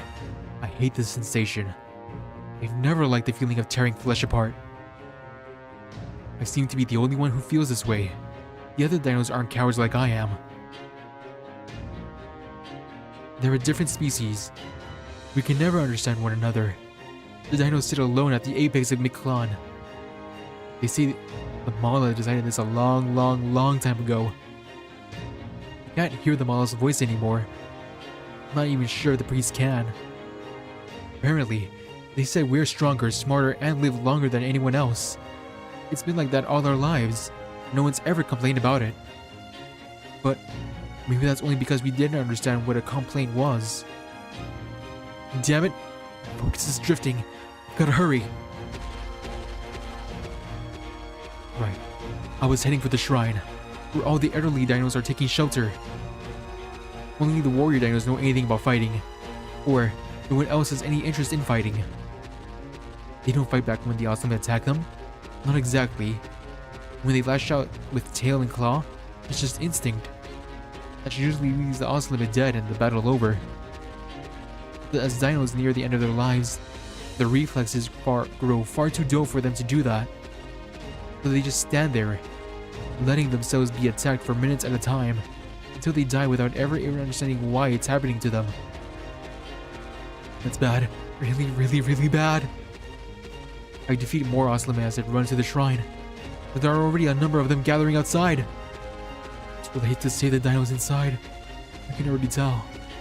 I know what I'm doing now is meaningless. My legs refuse to slow down. Even if I'm too late, I have to see this through. And then... lightning. She came! Behold, the true king of dinosaurs.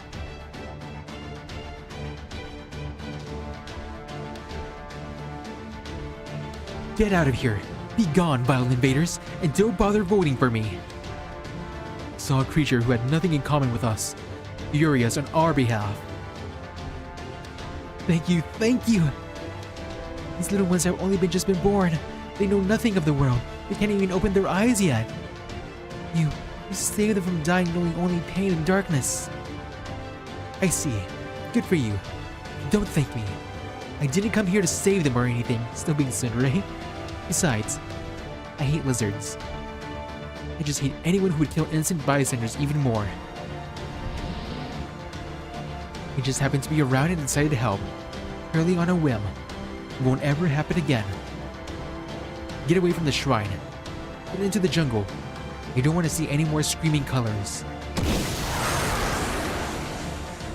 She went away? No. I'm sorry. Screw my doubts. I know there's no point in saying this now, but... my hopefully future wife is so cruel. He's still coping.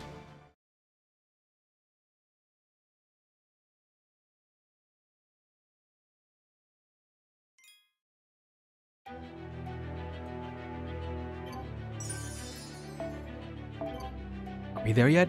Are we there yet?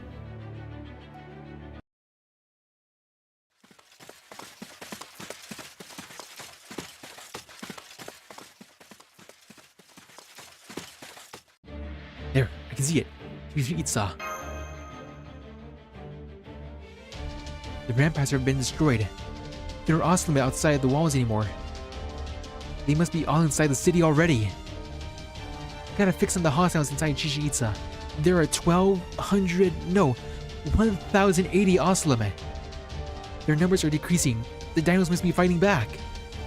We need to prioritize protecting the border and making sure the king of dinosaurs is safe. What's the call? You and Nitocris take the border. We'll take the city. Got it. Nitocris are on our way to the border.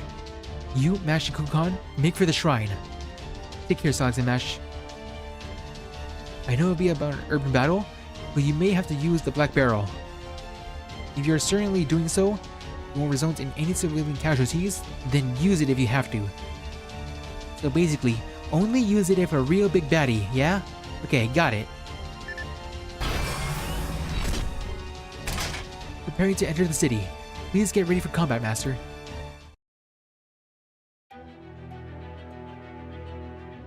Right, you dang Oslime?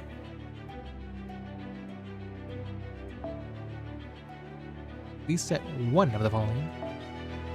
That's perfect. Yes. Wait, Da Vinci's not even here. Let me just bring a Happy Cat just for fun. Happy Cat. Where are you? There you are.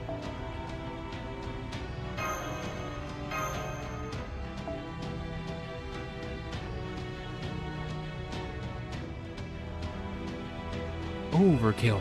Bonus for additional attacks against enemies with 0 HP. Additional NP? Oh. Look at them all. So many of them. アサシネイト受けたまわりました。髪見慣れてるね。おしとやかに。あなたに決めた。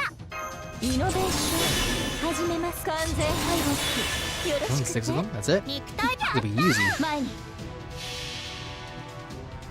我呼吸より来たり。 Kukulcan, Giga Impacto!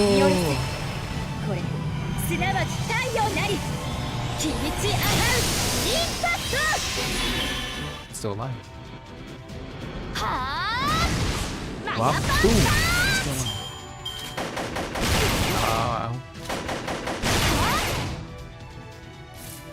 This is the perfect opportunity to gain stars. やったーいいナご用件は翡翠滝よこれが裸の私状況終了 Easy. 排熱そして魔力循環に移行しますねマスター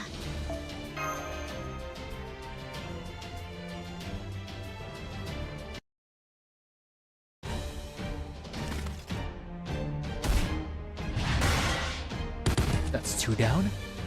He's taking care of the Oslim on the main road. Let's keep heading to the Altar Master. Well, damn. Guess he didn't really need me around after all. You're really fired up, Mash. Maybe we should send Kukulcan to the border too and... Huh? What is it? Mash! Get down! Huh? Wait, Skya. Dead? Queen Skya! Oh, so you came this way. I guess that means you care more about people's lives than your ship, boy. Then I'll take what you value most. See, in my world, those who desire life most must offer their own. Yes. Alapoka. We're gonna have to fight him now?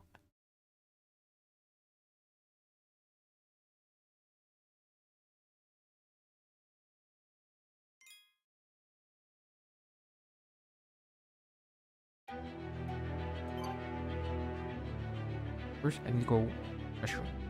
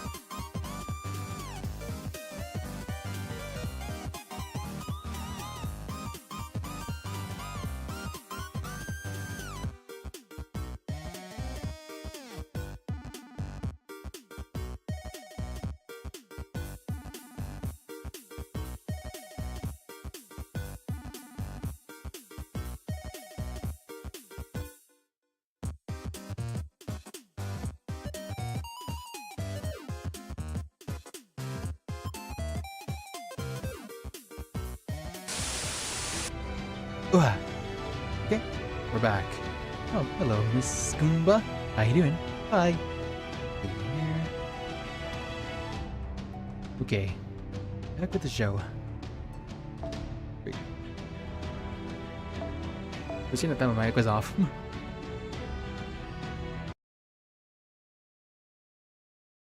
Alright, Skalapoka, where are you?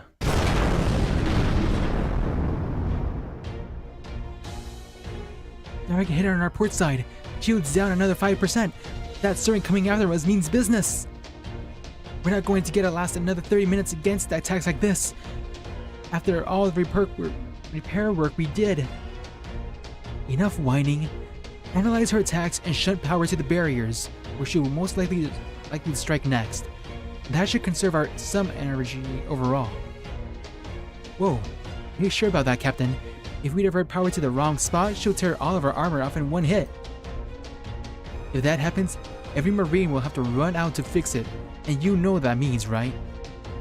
It means we're gonna have to go out there and to die. Okay, we'll analyze like their lives depend on it. Good. Professor, how is the anti-divine spirit warhead coming along? Almost there. Stein and I are working as fast as we can.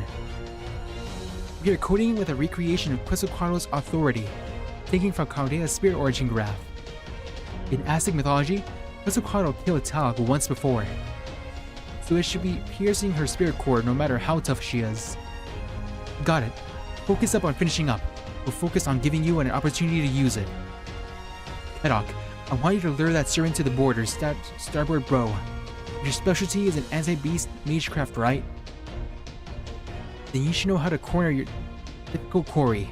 If you have any device, now's the time. I see. So you want her to hit her with a torpedo, huh? And this right here is a firing arc. Okay, got it. Get the hangar over quickly as you can. I'm gonna head outside and get Talak's attention. Whoa, you insane? Did you not see the divine spirit wielding a whip made out of a freaking lightning? It'll burn you to a crisp the moment you step outside. Can you just taunt her over to the speaker? What if I could? Or were we dealing with a god? He's not gonna care what mortals you have to say. Besides, I've got a lightning ward. I should be able to take 1 or 2 hits. Still, I'll need a servant who can hold their own against Talak to come with me. I know there's a lot to ask, but would you do it, Nemo? Of course. As long as we're near the storm border, the strain won't be as bad as it was in Mexico City. Bordhoff, I'm counting on you to give the order to fire. Munir, you got the controls to launch the warhead. If either of you mess up, you'll have me to answer to. Aye aye, Captain. Let's go, Kadok. I'm not about to let the bravery of the dinos who went out ahead to go to waste. Until Da Vinci and the others get back. Huh? Wait. Marine, open the line. Da Vinci's calling us. Hey guys, it's Da Vinci, the beautiful girl genius, and Pharaoh Nitocris. We just made it back. We're hiding in the shadows not far off, but we have eyes on Talak on the border. Do you guys have a plan for how to handle her? If not, I can suggest one. That won't be necessary. We have a plan to defeat Talak. But we're going to need several servants to pull it off. Nitocris, technical advisor. In 1 minute, Nemo and Kadok will be heading out. I'd like you two to attack Talak to help keep him safe. From there, I want you two, Nemo and Kadok, to team up and drive her into the firing range. Remember, the border's safety and my own hinges on this battle. Ayaya.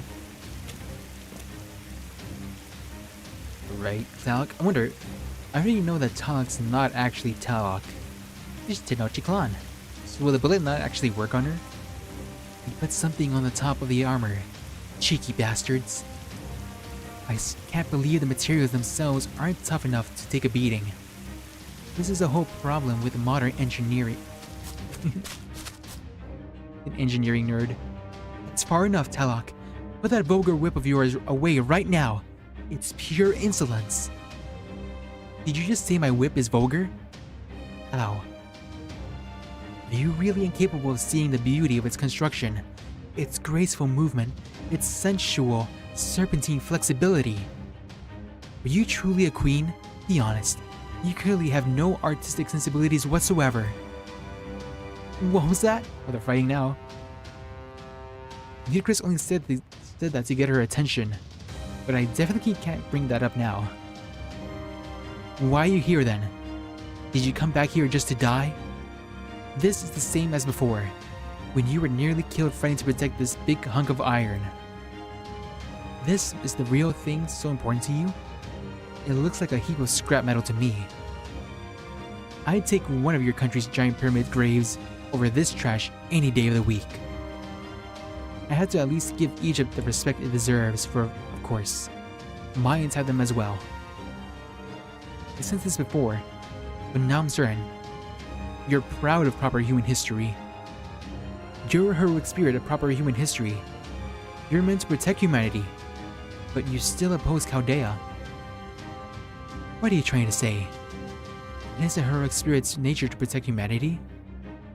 That's right. On our way here, I saw the corpses of countless dinos who have been mercilessly slaughtered. They know nothing of war, or of battle. If all the Oslime wanted to do was claim Chichen Itza for themselves, the dinos would have just given it to you. You knew that, I'm sure, but you, heroic spirit of proper human history, still sullied your name by letting the Oslime kill so many so pointlessly. Look, you're not like Tezcatlipoca. You have no desire for wanton bloodshed. You know this war is meaningless. If you're only here because you're obeying Tezcatlipoca's orders, rest assured that we'll hold them accountable. There is no reason for you to protect this lost belt. No reason for you to fight for Mictlan. It's still not too late. Join us now and... lightning time. Shut up. You, who drown your own treacherous retainers, are going to preach to me about the virtues of humanity? Please. That was... I asked the cryptor about you, you know? I was curious. You abandoned your entire nation because your brothers were killed. You're the queen who deceived and killed those who violated your laws and governed your country. You're a weakling who took your own life because you couldn't live with the weight of your own sins. Not that it matters. You and I are a lot alike. We both care more about our personal interests than we do humanity or order. Mexico City may be a fantastical place built in a lost belt, but people are living in their lives there. As a species, the Oslime may be helplessly barbaric, short-sighted, and immature. But they live in my city, so they are my people. And it is God's nature to shed blood for their people. And that's why I'm going to kill all of you, threatening to take this lost belt away. That's why I'm going to destroy this eyesore of a ship. I was told to leave the ship intact for insurance, but there's no point in keeping this useless pile of garbage around. I can't stand Brother Tezcatlipoca's idea of fairness. Way to go, Nitocris. I was completely focused on us now. Don't worry about beating her. We just have to hold out until the board is ready. You shed blood? You hear people?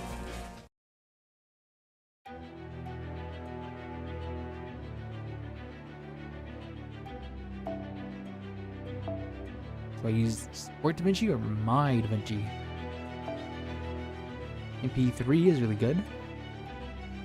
888.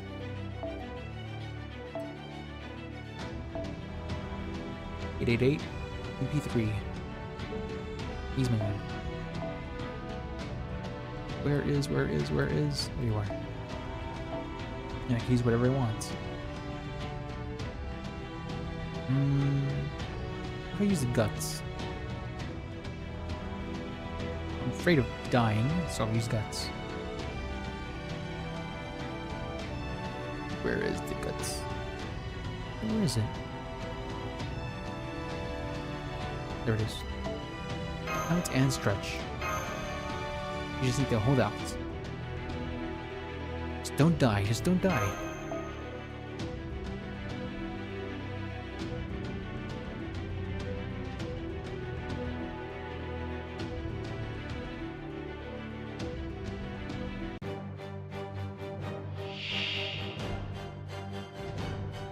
At least that annoying passive is not here. Hey, look, it's cut off. Sorry, we have to flank you.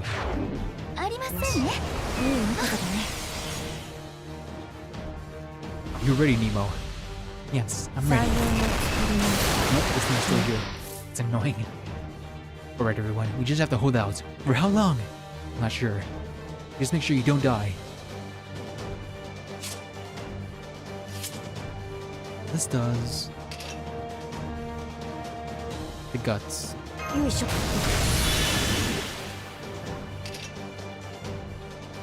し、いい味方だね。 Wish the rain count as being near water. ファラオの意向をここに。特別に許します。屍の鏡、暗黒の鏡、扉となり恐怖をここに。Chris, dance on 暗 them. 風ねぶたジュゼル。私は守らなければ。ザザーン、せーの、反乱する。そこで They don't die. They don't die. トラロック。 Annoying stun. Yeah, anti-mage beastcraft. What can I do? Steel seal? NP seal. Be good at the very end. If I sure hit. It's not really useful. Evade for 1 ally for 3 turns. It's really good against for Nemo, but later. And now, Da Vinci, do something. 駆け抜ける前人未到。 Choose the border right now. 輝ける轍を残せ。人生はとても楽しい。ビューティフルジャーニー。行くよ。 Flip. 気をつけたまえ。狙いを定めて。発射。 Thanks. エスコルピオ。 Starting ludicrous. ここです。 That's annoying.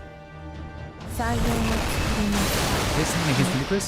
All because ゲーはダメですよ。 snack talk or something. ホルスよ。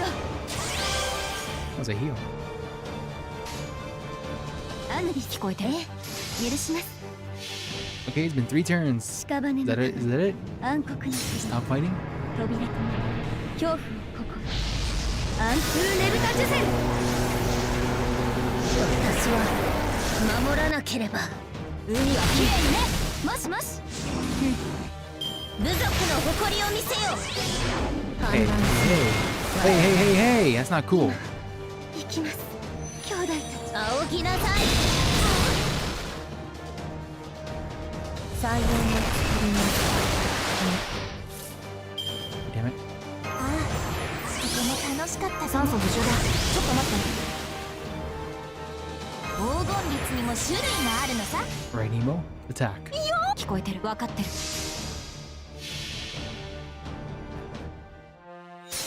トリトンエンジンスタート。超入よろ Pulling し down and under. ローラップ無圧回 Rising ロックイン immediately. はいいかしら。許可する。 Nautilus strike. グレートだね。私は守らなければ。はい、ほい、そうね。吹き飛べ。 Blah. マリーンズ出撃。 Roll your boat. テンプロマヨール。反乱する。 Vinci, don't die, don't die, don't die, don't die. Nobody die. We just have to. トラロック。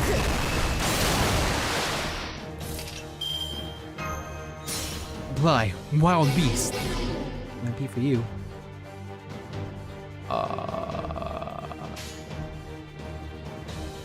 発進 Vinci. 準備。ふむふむ。ま、 If I do this. ふむふむ。任せて。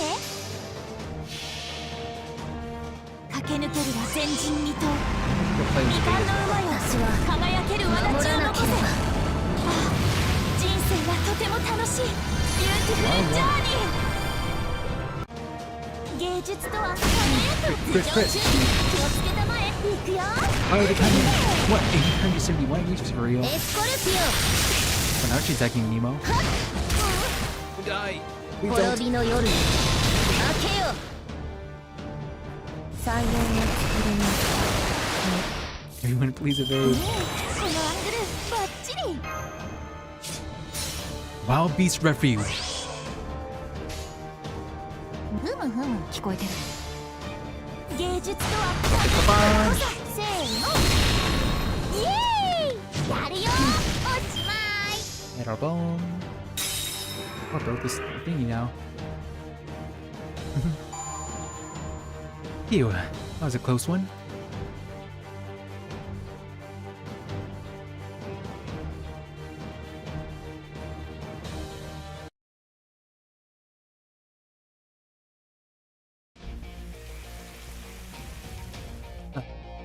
just do not understand. What is it with you people? This is exactly how things went before. And here I was expecting some new weapon or something really shocking after all that big talk. Oh, we got something for you. Forget shocking. This is gonna blow you away in every possible sense. Commander, she's in position. Now's our chance. Got it.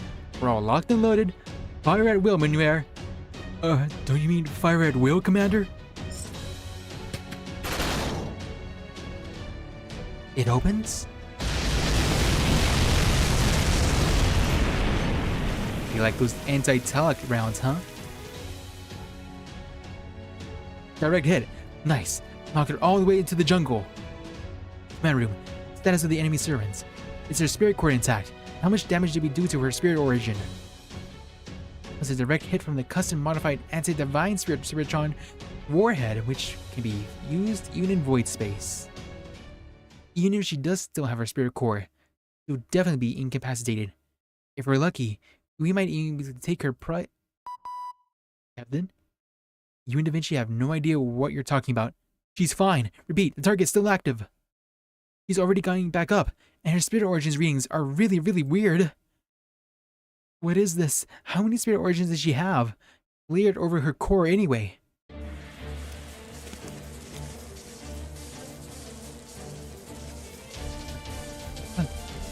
Okay, that one hurt. Oh, that's a warhead now, huh? Nice trick. They give you that one. What the hell? Not only is she not fatally wounded, she has actually more magical energy now? Oh, not even an anti-divine spirit warhead worked on her. What the hell of defenses is she packing? And just how freaking strong is Kukulcan if she could one-shot that? No, that's not it. Alec is not a divine spirit. But they live in my city, so they are my people. And it is in God's nature to shed blood for their people. That's not right. Gods do not shed blood for humanity. She's something else. Something that, in some cases, may even be more powerful than the divine spirit. If we don't find a way to stop her, she's going to destroy the border. We don't have any time to spare. But there's still a way that we can fight back. Our servants, just because the second, shows all that have ties to the underworld. They were all able to make the underworld and this subterranean world real. That same choice is open to me. Smith taught me the ritual to become an underworld guardian. It would be a terrible sin. But if I went through the authorization, I would turn this around. Vinci, Nemo, Karak, get back inside the border.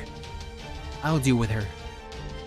Even if this brings my role here to an end, I'll still... Kia?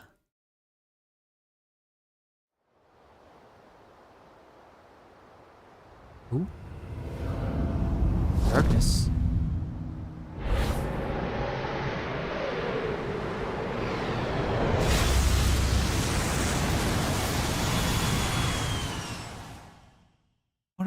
What? So insolent.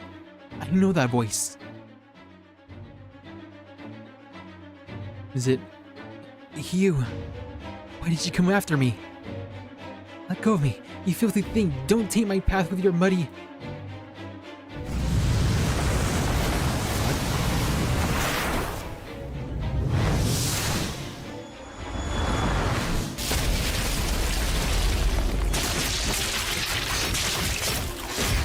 What the hell is going on?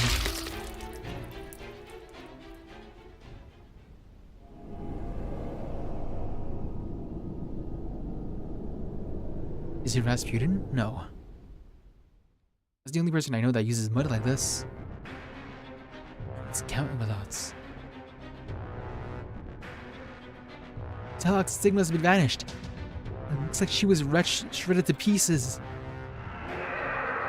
That's something. Holy shit. That thing killed Telok? Or did it just help her get away? If it just happened, I have no idea what that monster is. I think I'd rather have her take her chances with Telok. It couldn't be more obvious what that thing is. What's the meaning of this, Camazotz? Was risking us another one of your malicious pranks?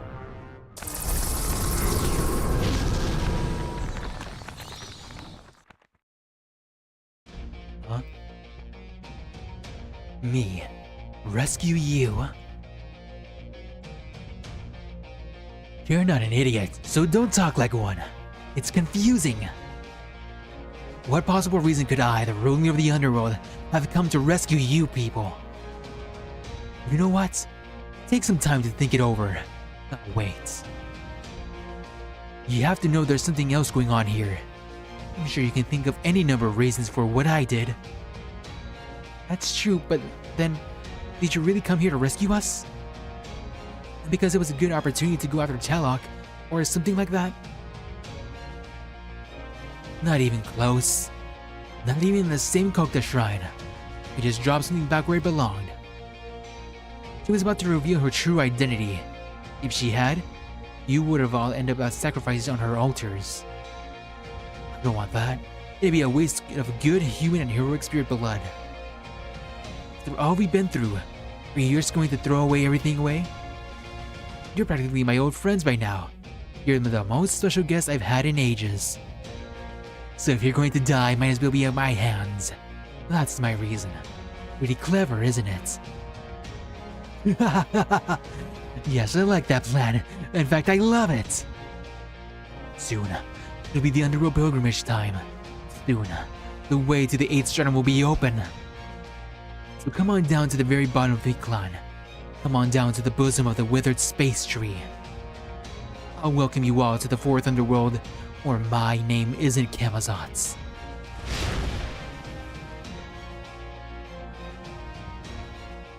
Did you guys focus?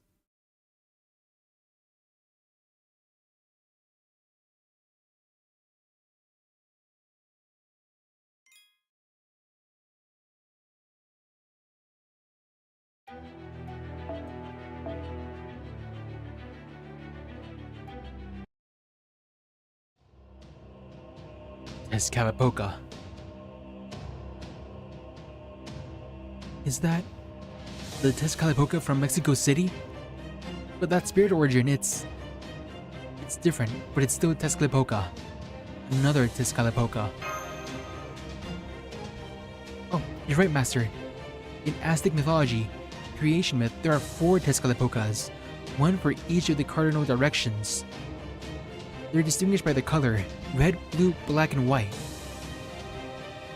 First to be born, Red Tezcatlipoca is the god of death, rebirth, and grain. Second, Black Tezcatlipoca is the god of war and night, who represents a different sun. That's the Tezcatlipoca we know. He is the god of darkness who demands sacrifice. So then this Tezcatlipoca must be... Yeah, you're on the right track. I go where my whims take me. Each time I change my principles and my alignment. Never be white though. That will make me Quetzalcoatl. I'll have to kill her myself one of these days. Can't have her going around telling people we're the same being. Forget Quetzalcoatl. Where's Kukulcan? I didn't even see her leave. Did she run away on us? After all we talked about wanting to punch Tezcatlipoca in the face? Kukulcan's not here? Of course she's not here. This battle is between the Miklan tribes.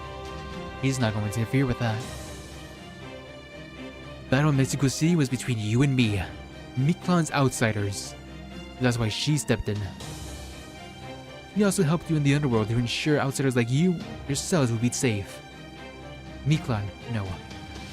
Mala would be deeply ashamed if they allowed Yes to get hurt after all. That's what she's like.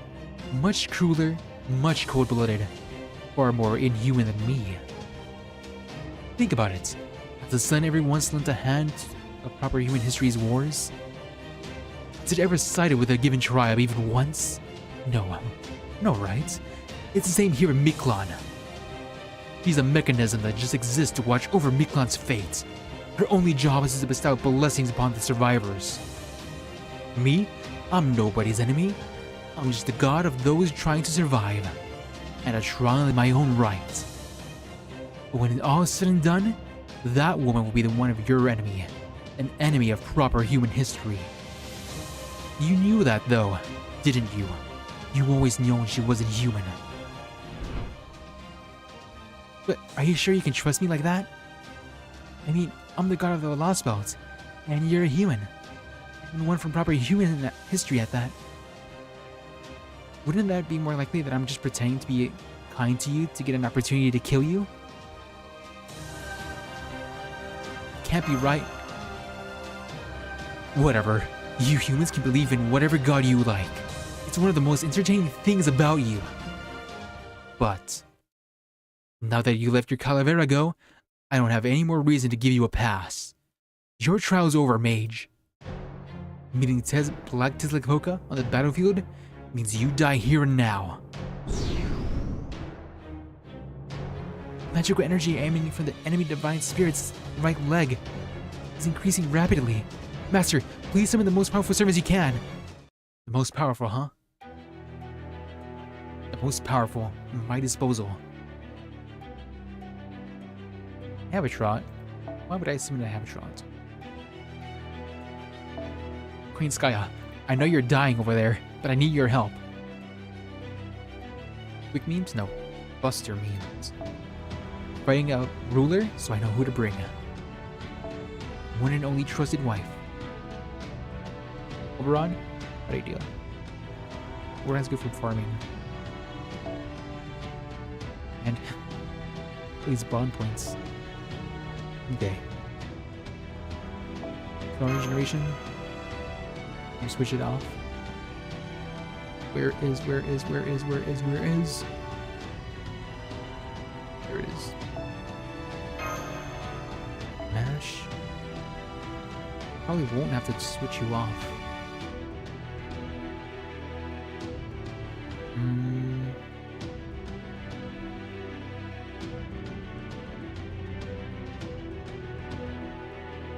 Sturgeon. It's always helpful. Actually, better yet. What about Van Gogh?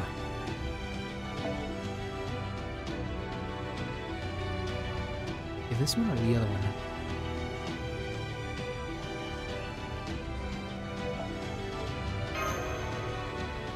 18,000 attack. It's a lot of attack.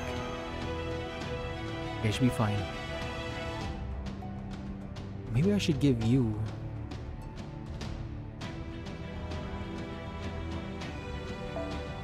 Okay, it should be fine. Alright, John Alter. We've got a god to burn. His crimes against humanity will not be forgiven. Now, let us bring down this god of death.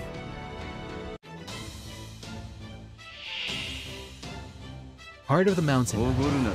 Don't enjoy yourself. Don't play tricks. I see right through you. Wait, what? Hey. Right, fine. This is fine, actually. I can work with this. Huh? Invincibility? How much? 3 hits.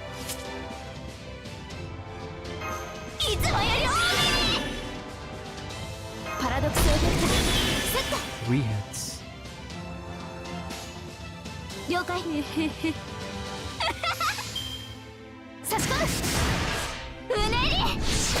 This is annoying. Pushing up our party. Wait, it's backwards now. Is it completely backwards? Plus only invincibility again? 1 turn, 3 left. Fly invisible to yourself at the end of the turn. Smoking mirror, increased attack.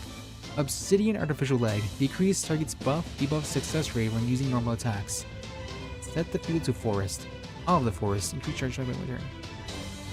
Let me look at this. It's completely backwards. I need invincibility pierce, which I do not have. Mash has it.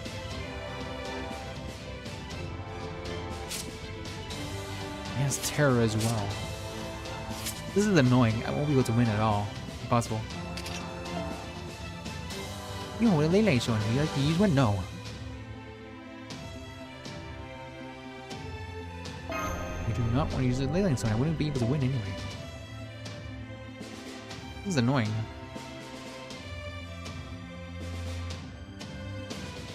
speed. Ignore invincibility. That's really annoying. His entire party just switched around. Wait, just have to flip it? Or is it completely random? Or is it just by chance that it was completely flipped? So are there any other Queen Skies with better Cs? Look, this one is a thingy. Thing with a really cool buff. What is the C? Increase in gain, HP recovery amount, and battle MP by 50%. Lame. Where are the other Queen Skies with the cool CEs? Like War King.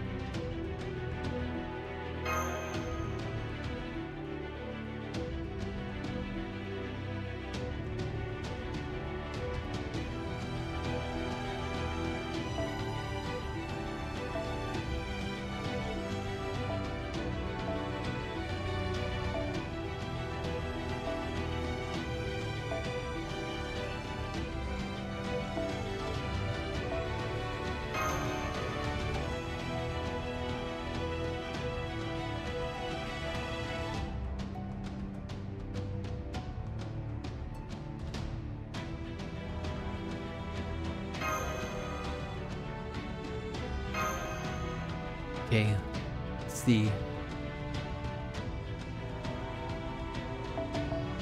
Both my DPSs have ignore invincibility, so maybe now it won't be so bad.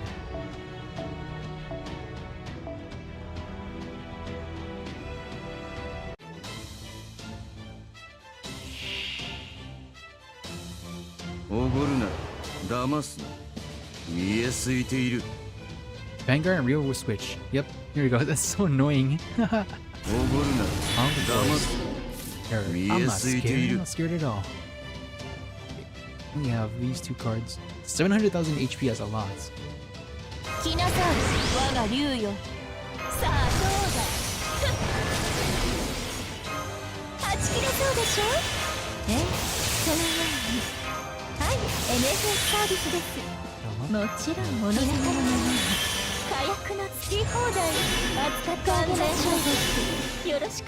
I wish I had Buster cards.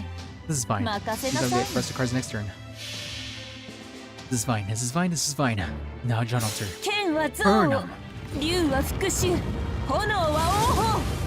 Make him regret everything.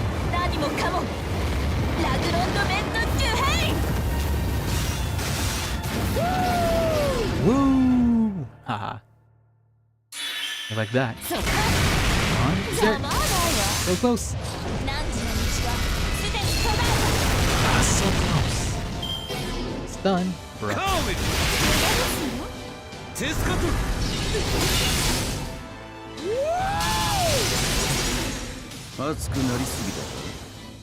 Okay.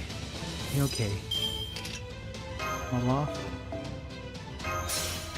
Come on, please don't let there be any. Don't let there. All of them. Come on. It really have to be all of them right now? There are these cards I could have been using. Wait, I can still use them. That would been nice if I actually just broken them. We also have the buffs this chance to.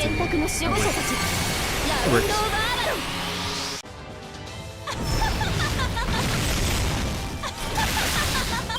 Going this Terra again? Oh my god. Huh?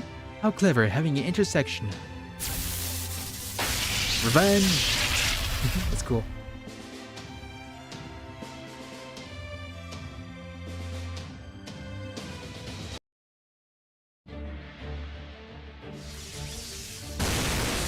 Reese here is helping us out.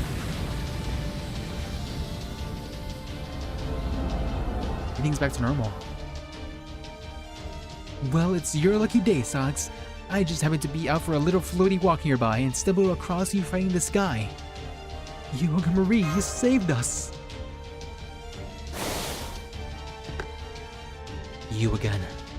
First in Mexico City, now this. What the hell are you thinking? Revenge, obviously.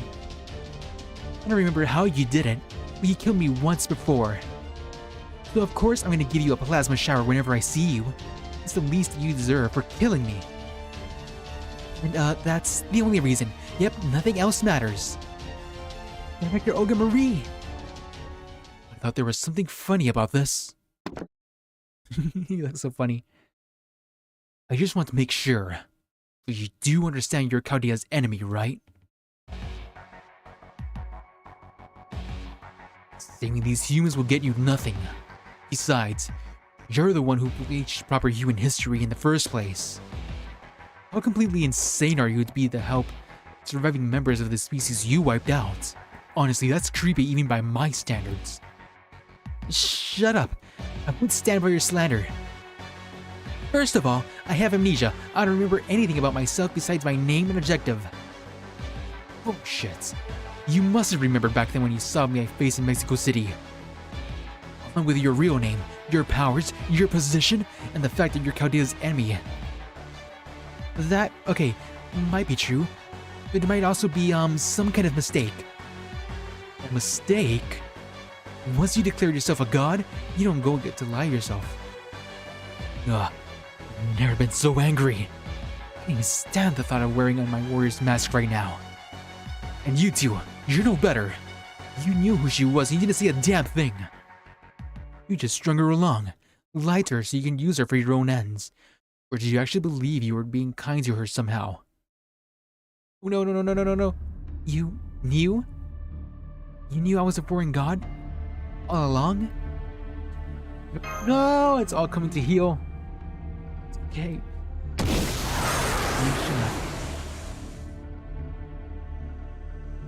Sure. You can build a great, trusting relationship with an amnesiac enemy, as long as you keep the truth from them. It won't last forever. It can't. The more trust you build, the harder it becomes to crash you down. If you never build anything from the start, then there's nothing to come crashing down. It's the same with civilization. The more it prospers, the more daunting it becomes to clean it up after it. Huh? Sound. Like a warning signal. Is that a siren? It's coming from the altar. The sun's orbit has changed.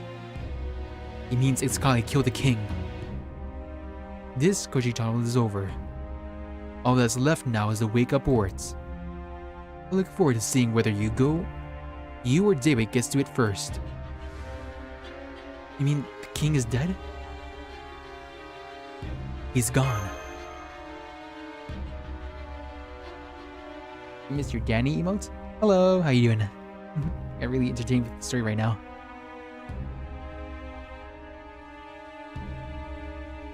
Jenny emotes. Senpai, what have we done? Can we come back from this?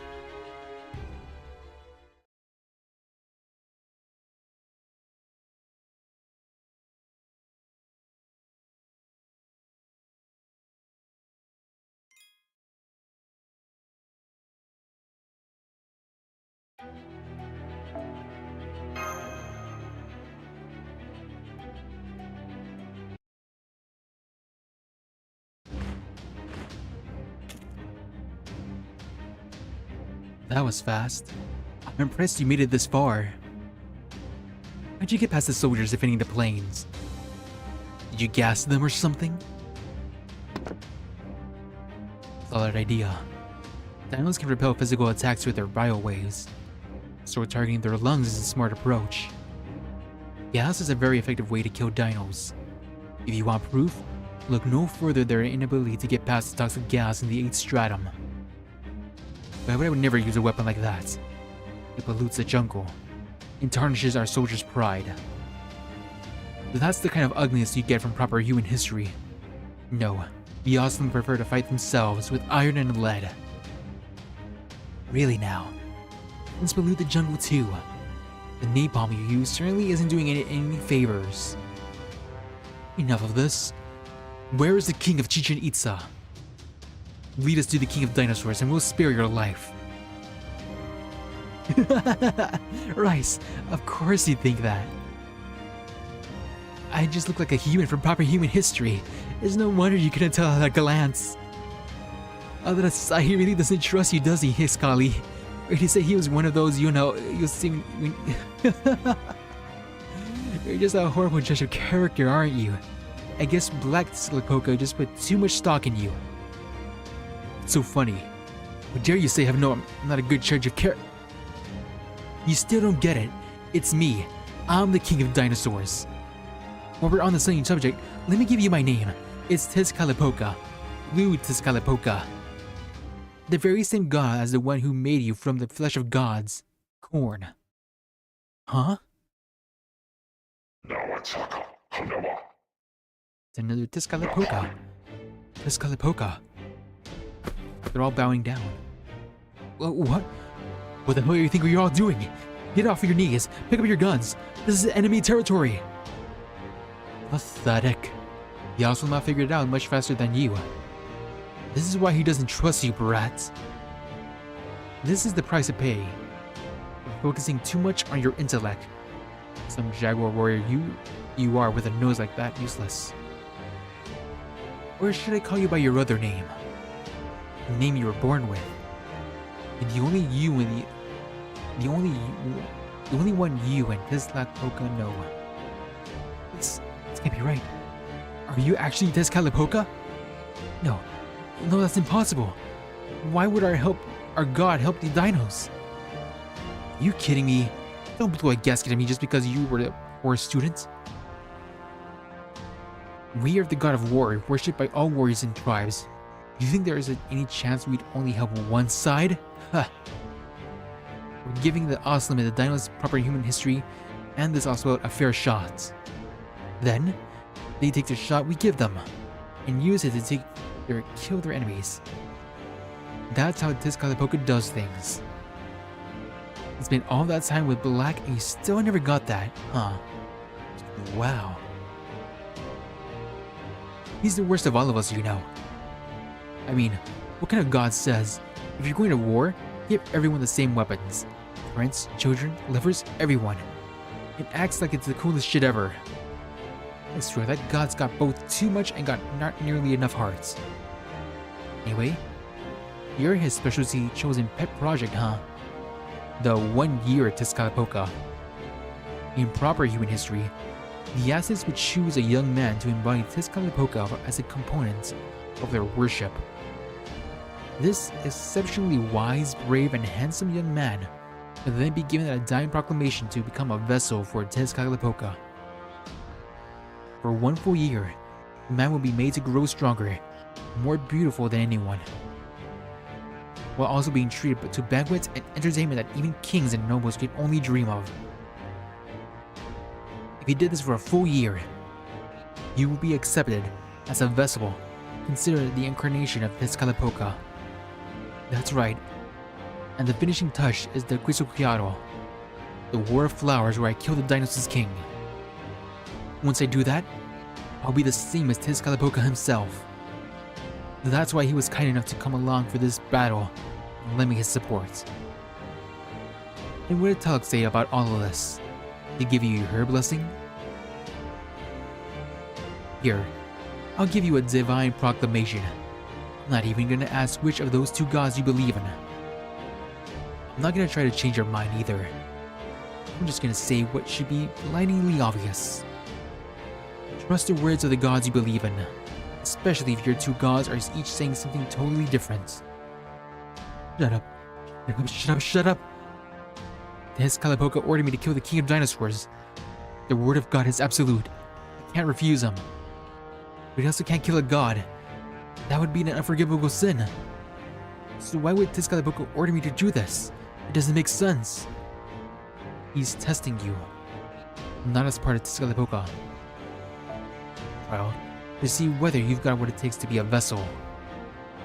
You kill a god, an entire world, in pursuit of your goal. That's the important question here. I'm not going to fight this either way. It's your choice. If you decide to kill Tezcatlipoca, you'll have my forgiveness. Now come on, time's wasting it. You should hurry up before Caldea gets here. Go on, let's see the fruits of your years of training.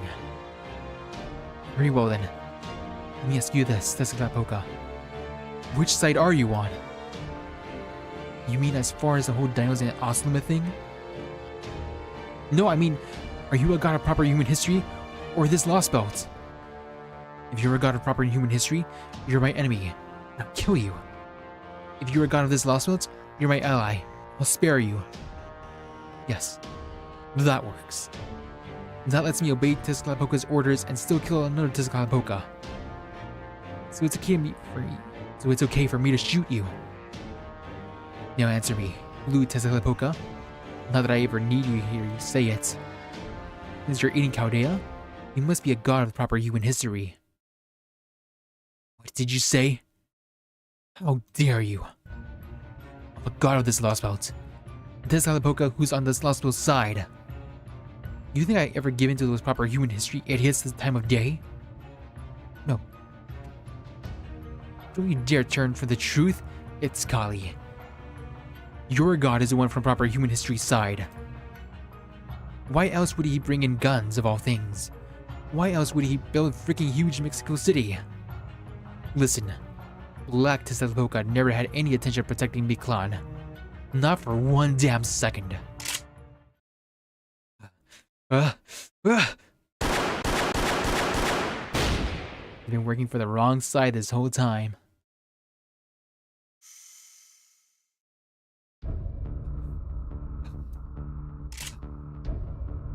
This is right. It has to be right. The King of Dinosaurs is dead. As soon as we collected the Solar Sojourn, sound our victory siren and head to the Warriors' withdrawal. And don't you dare tell anyone else what you heard. Second thought, never mind. I don't have to silence you. None of you can understand human speech anyway.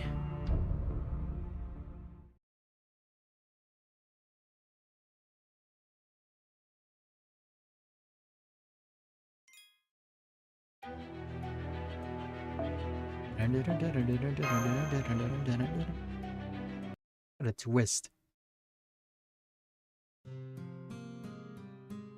7th Lost Belt Field reports. The Oslimi's attack on Chichen Itza lasted less than a day. They retreated to Mexico City the moment their sirens sounded. When we got to the altar, all we saw was a bloody throne and the empty place where the Solar Sojourn used to be. With the Solar Sojourn stolen, the sun's resting place became Mexico City, leaving Chichen Itza mired in a sunless night, which has lasted 20 hours. The Oslime may have won this battle, but they suffered tremendous losses. It took 30 of their soldiers to kill even one dino. Of the 20 squads, each comprised of 100 elite soldiers, bringing their total number to 2,000. Only 16 Oslime survived enough to retreat. They all died. We also found out what species they were when we went to bury their bodies. They were apes. They're apes? Medium-sized primates with a number of human characteristics. They're the newest, weakest species born in Mictlan, without any of Mala's protection. Given their origins and abilities, dinos had previously grouped them in the same category as insects.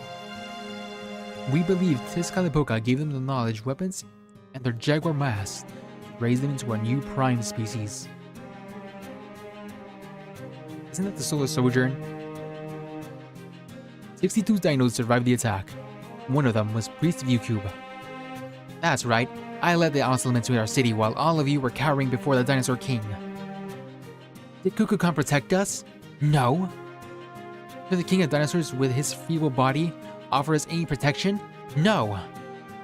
neither had any business attempting to guide Miklan, or any of you for that matter. Look at all the dead apes.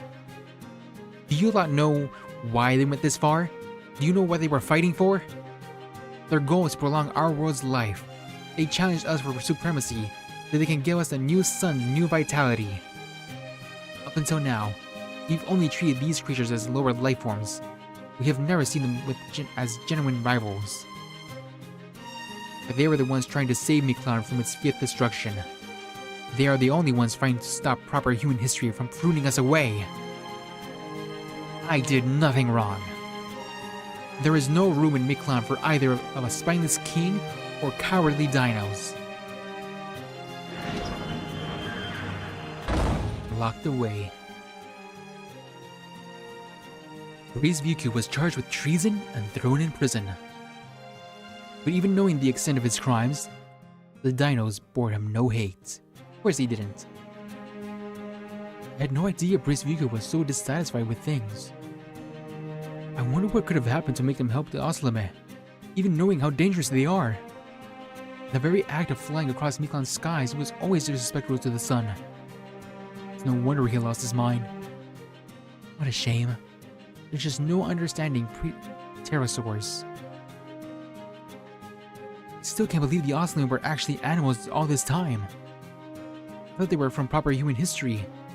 But it turns out they were from Miklan. I knew them before they became Oslame. They were just dumb animals. In fact, they can only survive in groups. It's incredible how much they develop in such a short time, even with Tezcatlipoca's help.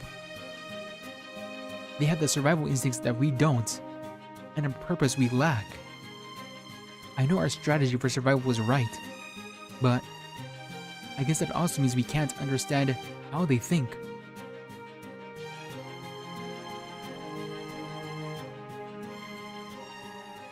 That's right. In spite of their intellect, their whole species have remained unchanged for 66 million years. In most mythologies, the sun was worshipped because it was well beyond people's understanding. Intellect, creatures see meaning in everything. Intelligence is the ability to try to draw closer to great things. Unintelligent creatures lack that ability, and can therefore only evolve to adapt to their environment. But intelligent creatures will always seek a different path than adaptive evolution. Dinos were never the subject to law of that nature. Intelligent as they are, their incredible empathy meant they never saw themselves as anything special. They had no real use for innovation, admiration, stories, or even producing culture to aid their survival. They are merely intelligent beings who have lived happy lives in the ideal environment Mala provided for them. And now, the destruction of that very environment is at hand. I finally understand why Mala didn't build their paradise on the surface. They intend to disappear with the sun. Their intent was always to end this Lost Mountains underground world without anyone ever knowing. However perfect their civilization might be, this Lost Mountain could never be a threat or a rival to humankind. It's a prune hypothetical, nothing more. One path life might have taken. I just want to believe that remembering their end will be a sufficient parting gift as we go our separate ways. Gran Cavallo Log. Who?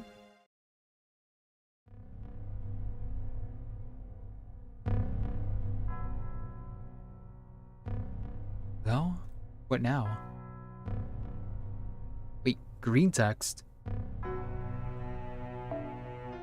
The dinos are showing signs of altered thought patterns. It appears to be degradation, but it has nothing to do with extinction. The Tree of Emptiness on the 9th stratum has resumed activity. This has resulted in a decline in the cosmic ray leakage produced by the tree's bark regrowth. Preserving the Tree of Emptiness is the top priority. We forbid anyone from entering the 9th stratum. I see. So the consensus I heard in Mistlan wasn't just me imagining things. I guess that means I'm supposed to kill all the visitors from proper human history. No questions asked. I hope I was just mistaken. Since the model's direction was almost never changes. Oh well. Guess I'll go just kill them then. Oh my god. Well, it's not like I've had any compassion for or mercy anyway. It'll be just like squishing bugs. No, please don't do this. I want to die. No.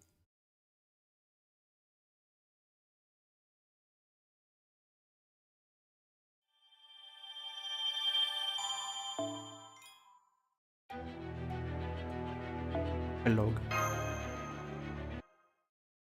If there was ever going to be a part 3, it'd probably be at this point.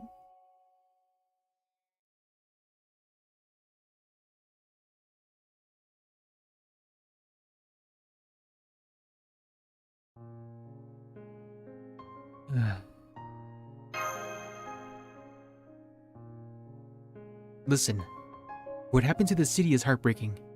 We're still in the middle of a crucial operation.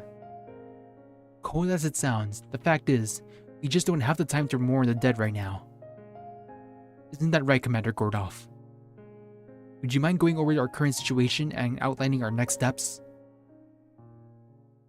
Right. Good point.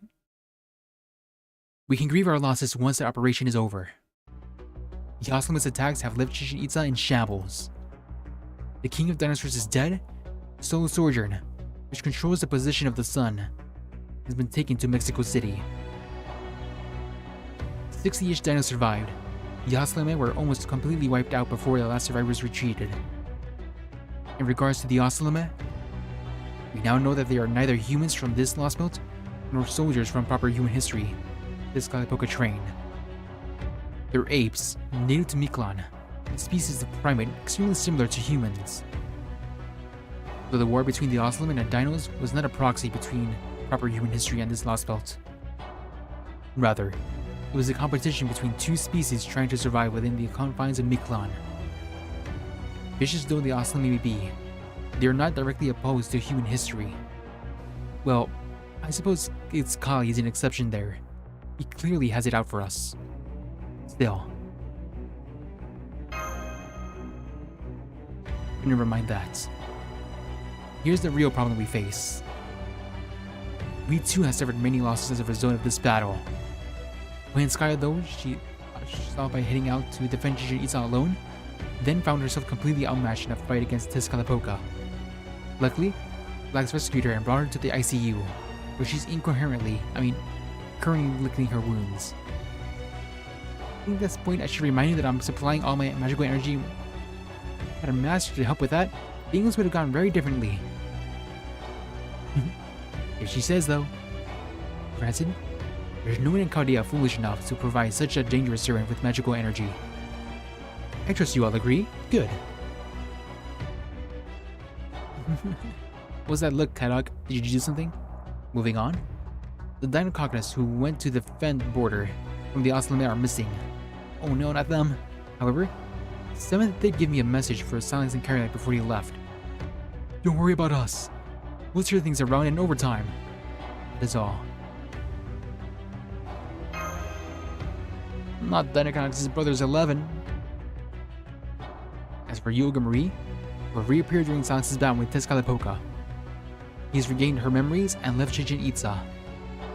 We've been worried about this happening, and unfortunately it seems the time has come.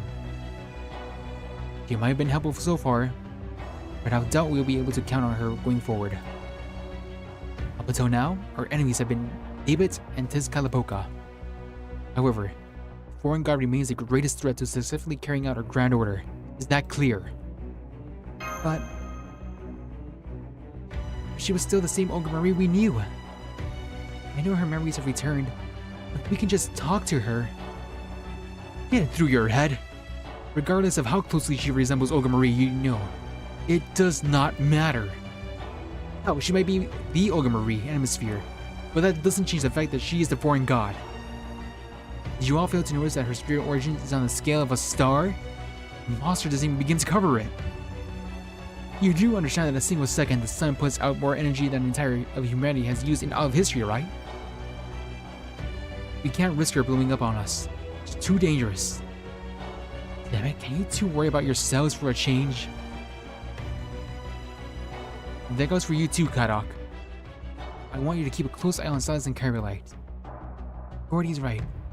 At this point, we have to treat Uyuga Marie as an enemy. Unfortunately, she's not the only dangerous entity we have to worry about right now. Kukulcan is the representative of extraterrestrials that made this lost belt, an archetype of Miklan. Remember when Tezcatlipoca said she'd eventually turn on us? I think he's right. So far, we haven't demonstrated any hostility toward Miklan or its people, nor made any attempts to attack. That won't remain true. We need to cut down the Tree of Emptiness. At the same time, the Cryptor is trying to destroy Earth by waking up Ort.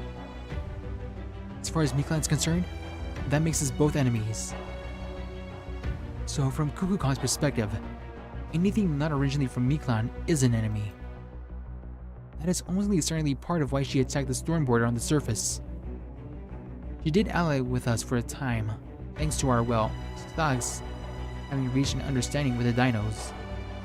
Now that there is no more need to keep the dinos safe, she will almost certainly try to eliminate us on behalf of the Miklan's collective will. Yeah, if I were the inside of Miklan, I want to kill David and Tezcatlipoca first, then us. Still, I wonder, is Kukulcan really an agent of Mala? Some of what she's done lines up with their intentions, but it seems to me like she's also gone her own way at times. Let's see, we better have to start thinking of Kukulcan as an enemy from here on. Not all bad though. If we play our cards right, we can pit our enemies against each other and swoop in to claim the spoils in the aftermath. Third party them. At any rate, that's the long and short of the situation. Now that we understand the situation, it's time to plan our next steps. Thugs, Mash and Kadak, I want you to get some rest over the next 2 hours. Go outside and get some fresh air. Take a nap. Whatever you feel like. We will meet back here in 2 hours' time. Do not be late.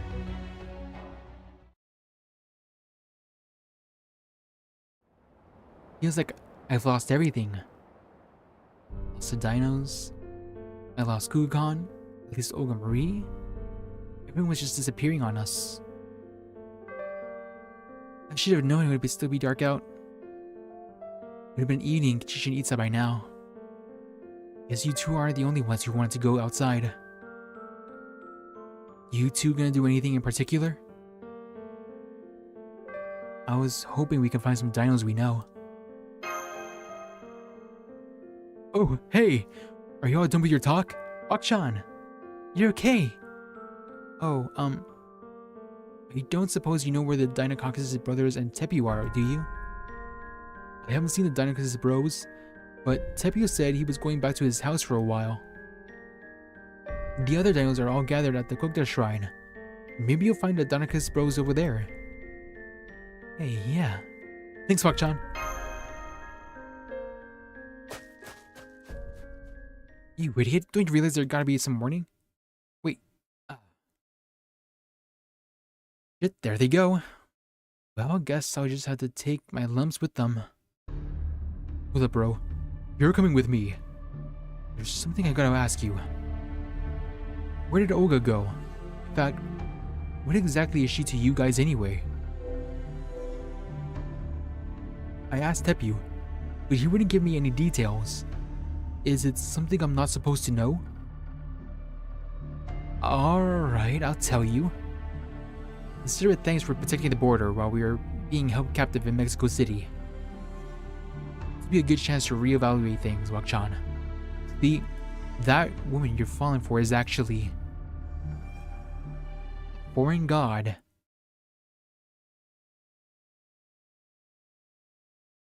There's a couple of them still alive.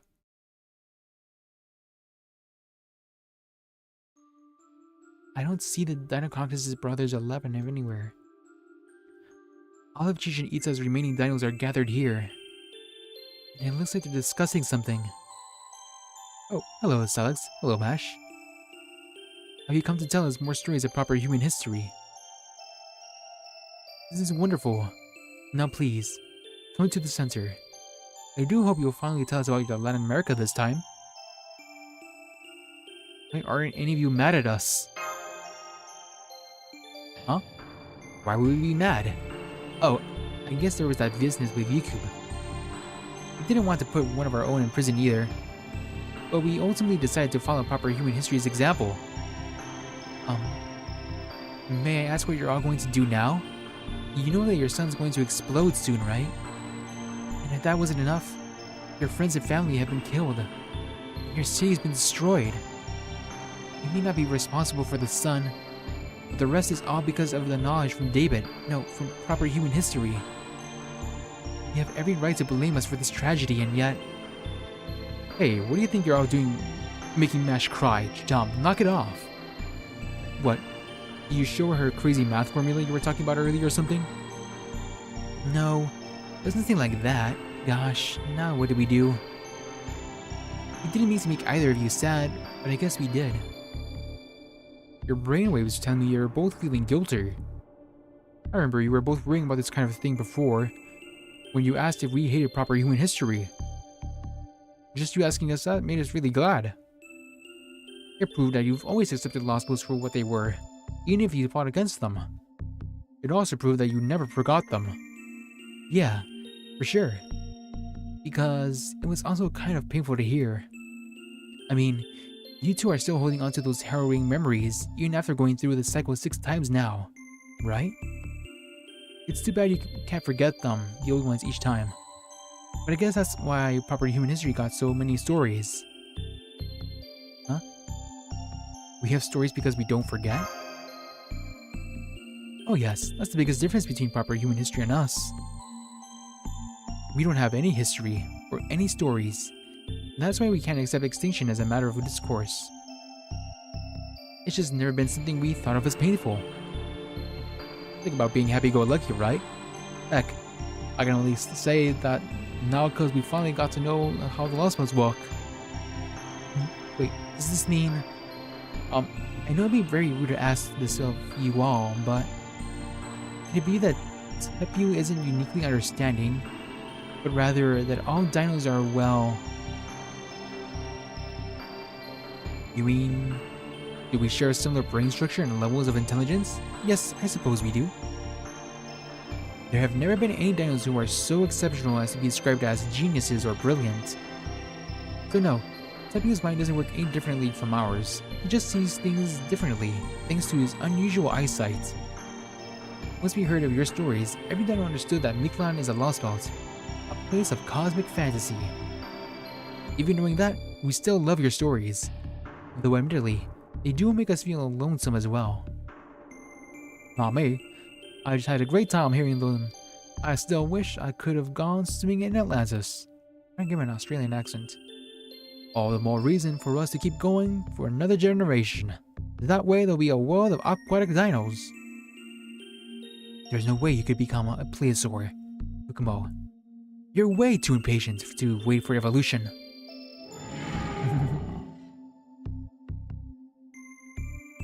Anyway, it's about time now. Where are they all going? Hello? Are you all heading to the jungle? That's right. Now that the Solar Sojourn and the King of Dinosaurs are gone, we have no more reason to stay in Chichen Itza. Good luck with proper human history. We wish you all the best. Please don't worry about us. We were always destined to die out here. Hey.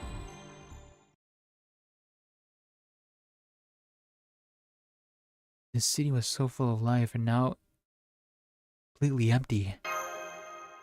I don't like this at all. I don't like this one bit. They're just... none of them values our lives the way we do. And not only were they not despondent about their fate, they were actually kind enough to worry about us. They don't hate anyone. They don't resent circumstances. They just share whatever happiness they have with as many as they can. It's wonderful. But for some reason, it makes me really sad too. I know the feeling.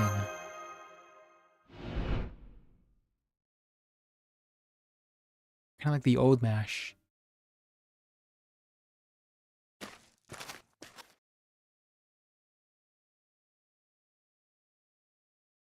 You.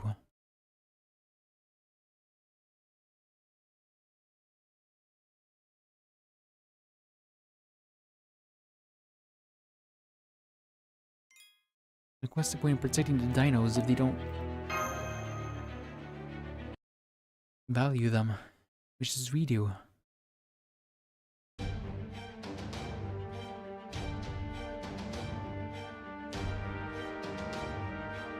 Good.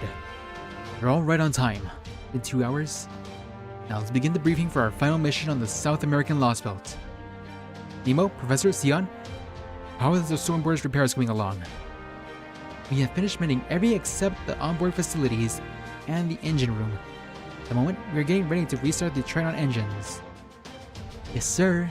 We're counting down on the moments until we can begin repairing the armor plating electromagnetic barrier that Kukulcan destroyed. We begin reapplying our anti-spirit and anti-curse membrane coatings. We should be back at combat readiness in about 10 hours. Once that's done, we'll restart the engines, generate new Spiritron torpedoes, and charge the main cannons. We expect it will be a total of 20 hours before the ship is ready to both flight and combat.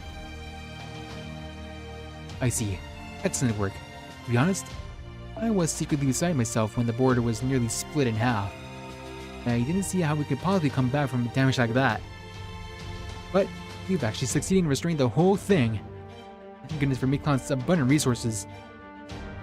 I've got a report to make too. The density of toxic gas in the 8th stratum is rapidly falling. According to this, just because the second, the 8th and 9th strata will have breathable atmospheres in about 10 hours. Which means, the time of underworld pilgrimage is finally upon us. The only catch is, like Nemo said, we still can't move the border yet. If we try to fly without barriers, we'll be easy prey for Kukulcan if she decides to finish the job he started when we arrived. Fortunately, David is almost certainly preparing for his own underworld pilgrimage as we speak. By the time we finish rebooting the border, we could well have reached the bottom stratum and revived Ord. So once again, we have no choice but to send our field team ahead. Master Silence and Serent Mish Karilai.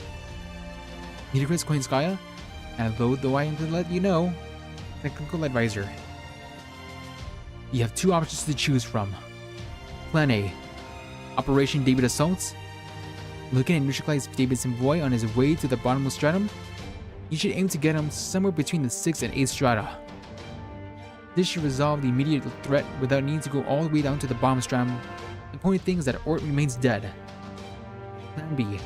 Operation Tree of Emptiness Falling. Reach the bottom stratum before David.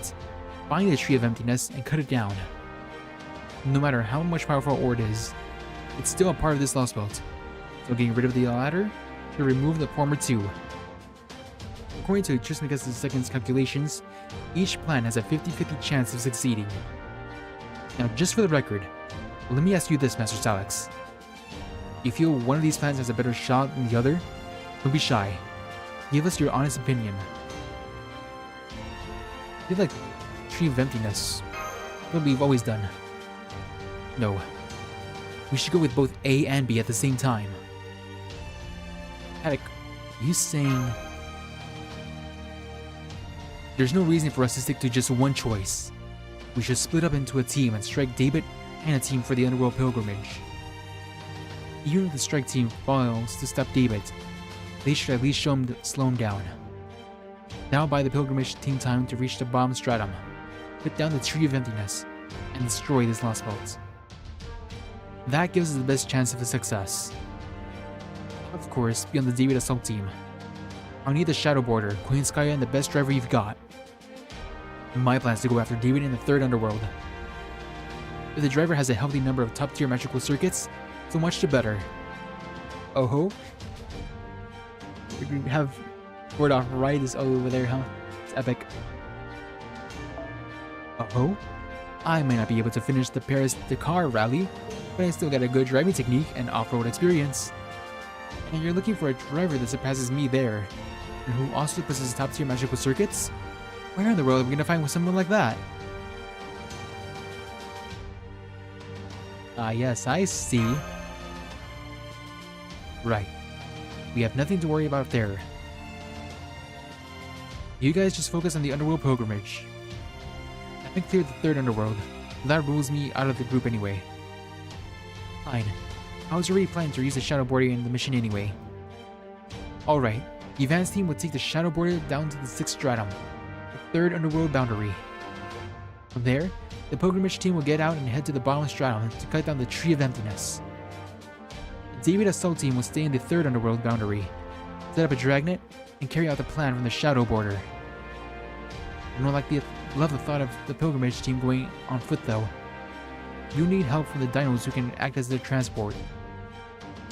I know you said the dinos have Lechich and Itza, but there may still be some there. I'll have the Marines take a look around and see if they can find a porter. On a related note, we should talk about Tepio too.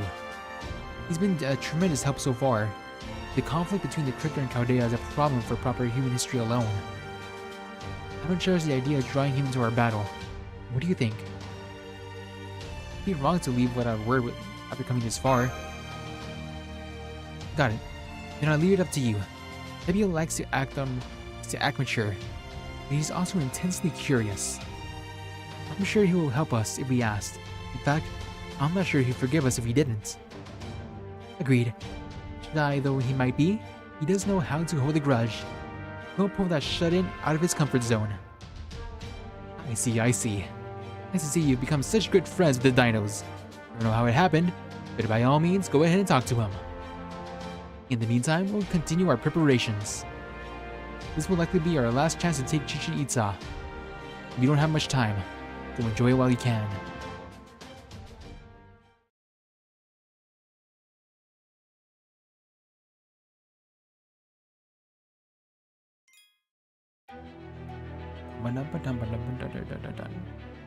Mexico City. Oh, that's the epilogue.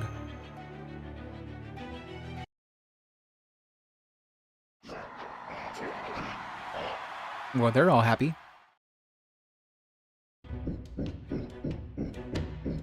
Sun, hours, sing. Miklan.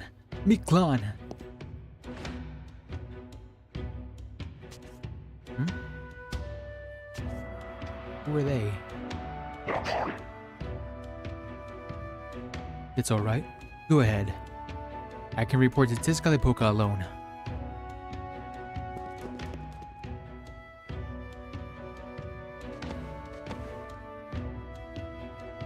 So the women and children who were living in the jungle have all come to the city.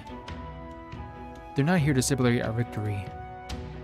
They've been praying for the husbands and sons who went off to battle to return safely. They love their families just like humans. No, their love is purer than humans. Only a handful of soldiers came back. The ones who lost their partners must think I'm a terrible king.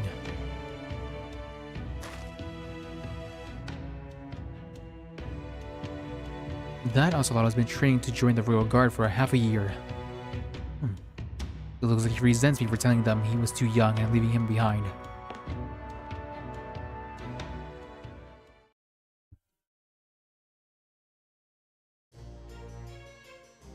Familial love. Familial bonds. The affection which develops naturally from the moment one is born, where there is no need for words. I have nothing like that. I was already fully formed the first time I opened my eyes. My body was here in Miklan. It is molded on the people of proper human history. My human mind was shaped to be the king of the Oslame. That is who I am. I have no family. There are no others like me. All I had were these impulses I wore on my sleeve. A disappointment in those who refused to obey me, the spirit I introduced, and those who were assigned to me. Am I lashing out against all around me? My God said to remember those impulses, that he would make me a god only if my soul was clear and unclouded. Great Tezcatlipoca, despite being a god of proper human history, he discovered the Oslame. In one might, he built Mexico City and created me out of the earth to serve as their king. For 1 year, I would act as Tezcatlipoca. If I can prove myself worthy, I will become his incarnation. It was a wonderful year, a year free of doubt. I knew with absolute certainty that our fight would eradicate humankind. To deny proper human history was a righteous one. And now, we decimated Chichen Itza and invited the sun into Mexico City. Mictlan now belongs to them. Not that it matters to me. From now on, they will be the prime species of this world. Because I'm not an ocelot myself. I've completed my trial of becoming Tezcatlipoca for 1 year. I can finally resolve, remove my mask, and be rid of my childhood name. I've dreamed of this moment all my life. The moment I'll finally receive the power to strike back against everything. And yet, for some reason my heart is clouded. Like an obsidian mirror too opaque to reflect anything.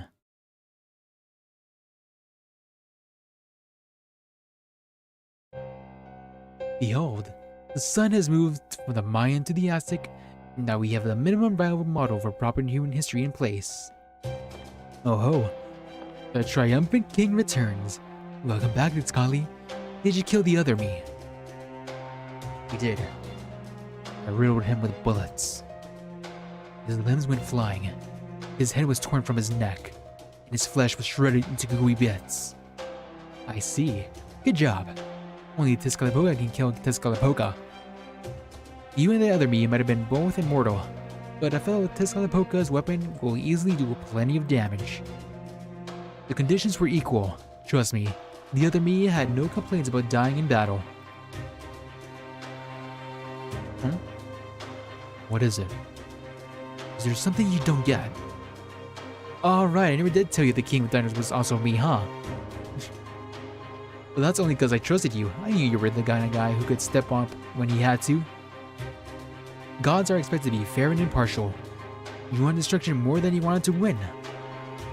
If you decided you don't need proper human history, then you have to go and let go of the lost will too. Understand? If you choose extinction, you can't leave one side standing. You need to get rid of everything to start all over from fresh. Yes, great Tezcatlipoca. I'm honored to receive your divine proclamation. Alright, let's head out.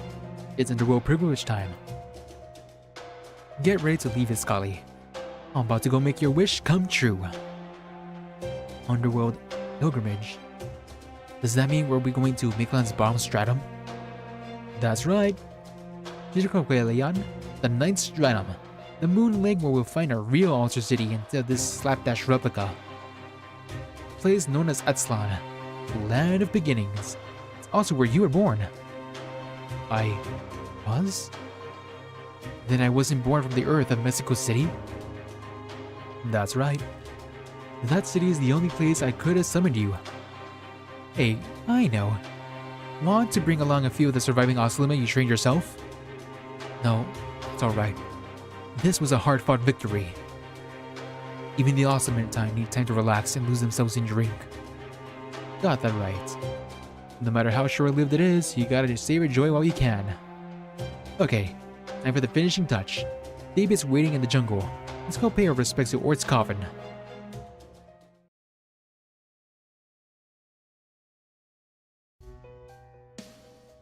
I never thought I would see a war in a land as peaceful as Mictlan. It seems as humankind cannot escape the consequences of accumulation, no matter what form it takes. They accumulate wealth, sin, forgiveness. Even our own foreign god must be find the situation deplorable. I already knew about human wars from the video records I studied. Chichen Itza may be a ghost town now, but it was never a creation of Dino civilization anyway. They've never accumulated anything, and they never will. Quite right.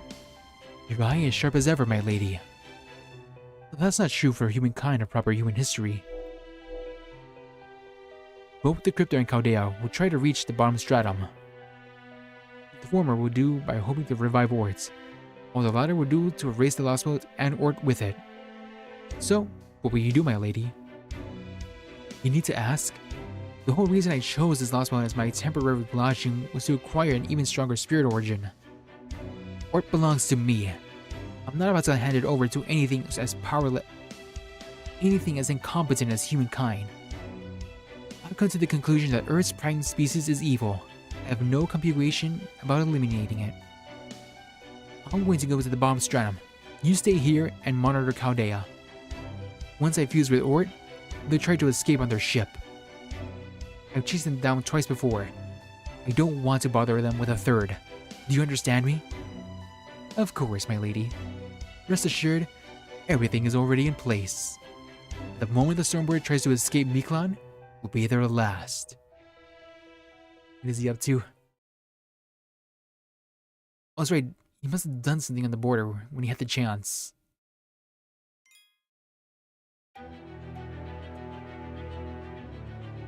Go over here.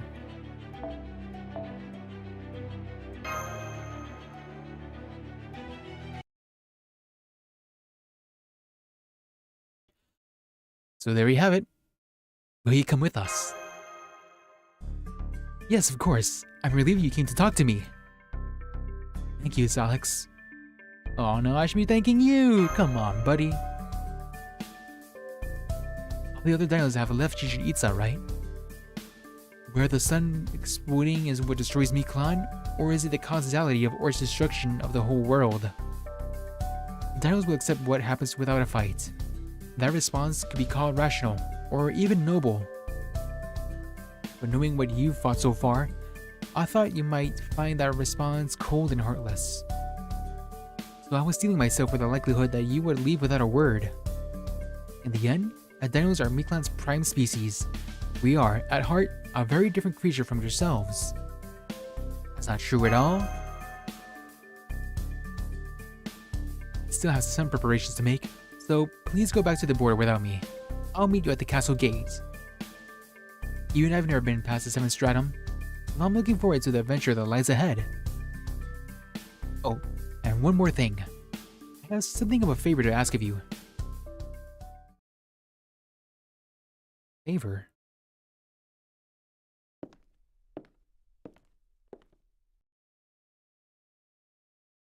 Everyone is really gone now, aren't they? Jump scare incoming, I just know it, I can feel it. Yep, they sure are. At this point, the sun might never come back. Then again, even if it did, it's just going to explode anyway. So maybe that's actually for the best. Oh. That being said, don't you think you should be more careful walking around alone at night? You're the master of Chaldea. As far as Miklan is concerned, as far as I'm concerned, you're just a rare and unusual interloper. But the novelty of that has worn off. So wouldn't it be funny if I just ruined you here and now? That'd be a pretty disappointing conclusion to this story. Well, I didn't really think you were going to be so unfazed. And I spent all that time practicing what I was going to say before I flew down too. Why didn't you protect Chichen Itza? That's Kalapoka, right? Huh? Oh, right. I guess he did say something about me not protecting the dinos, huh? Yep, he was dead on. The sun helps the world grow, yes. But it also makes it burn.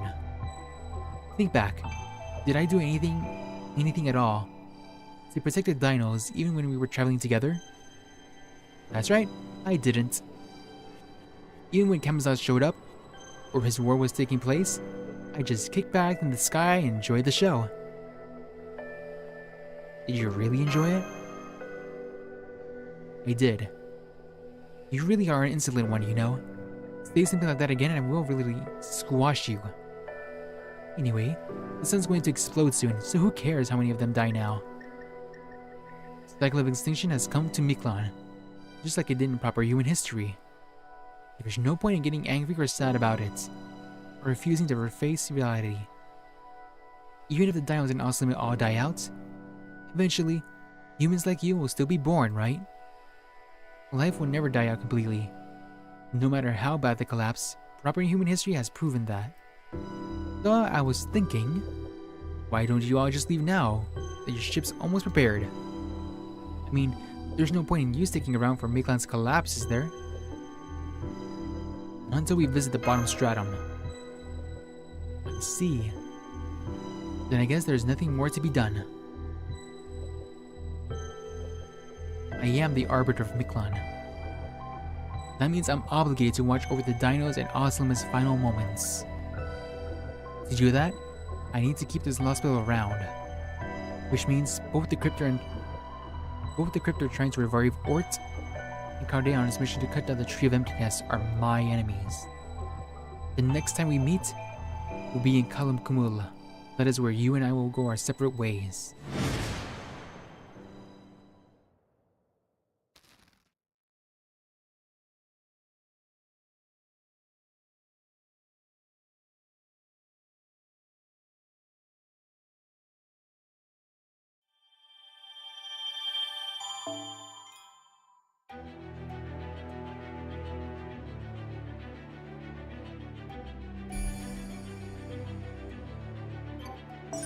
Boundary.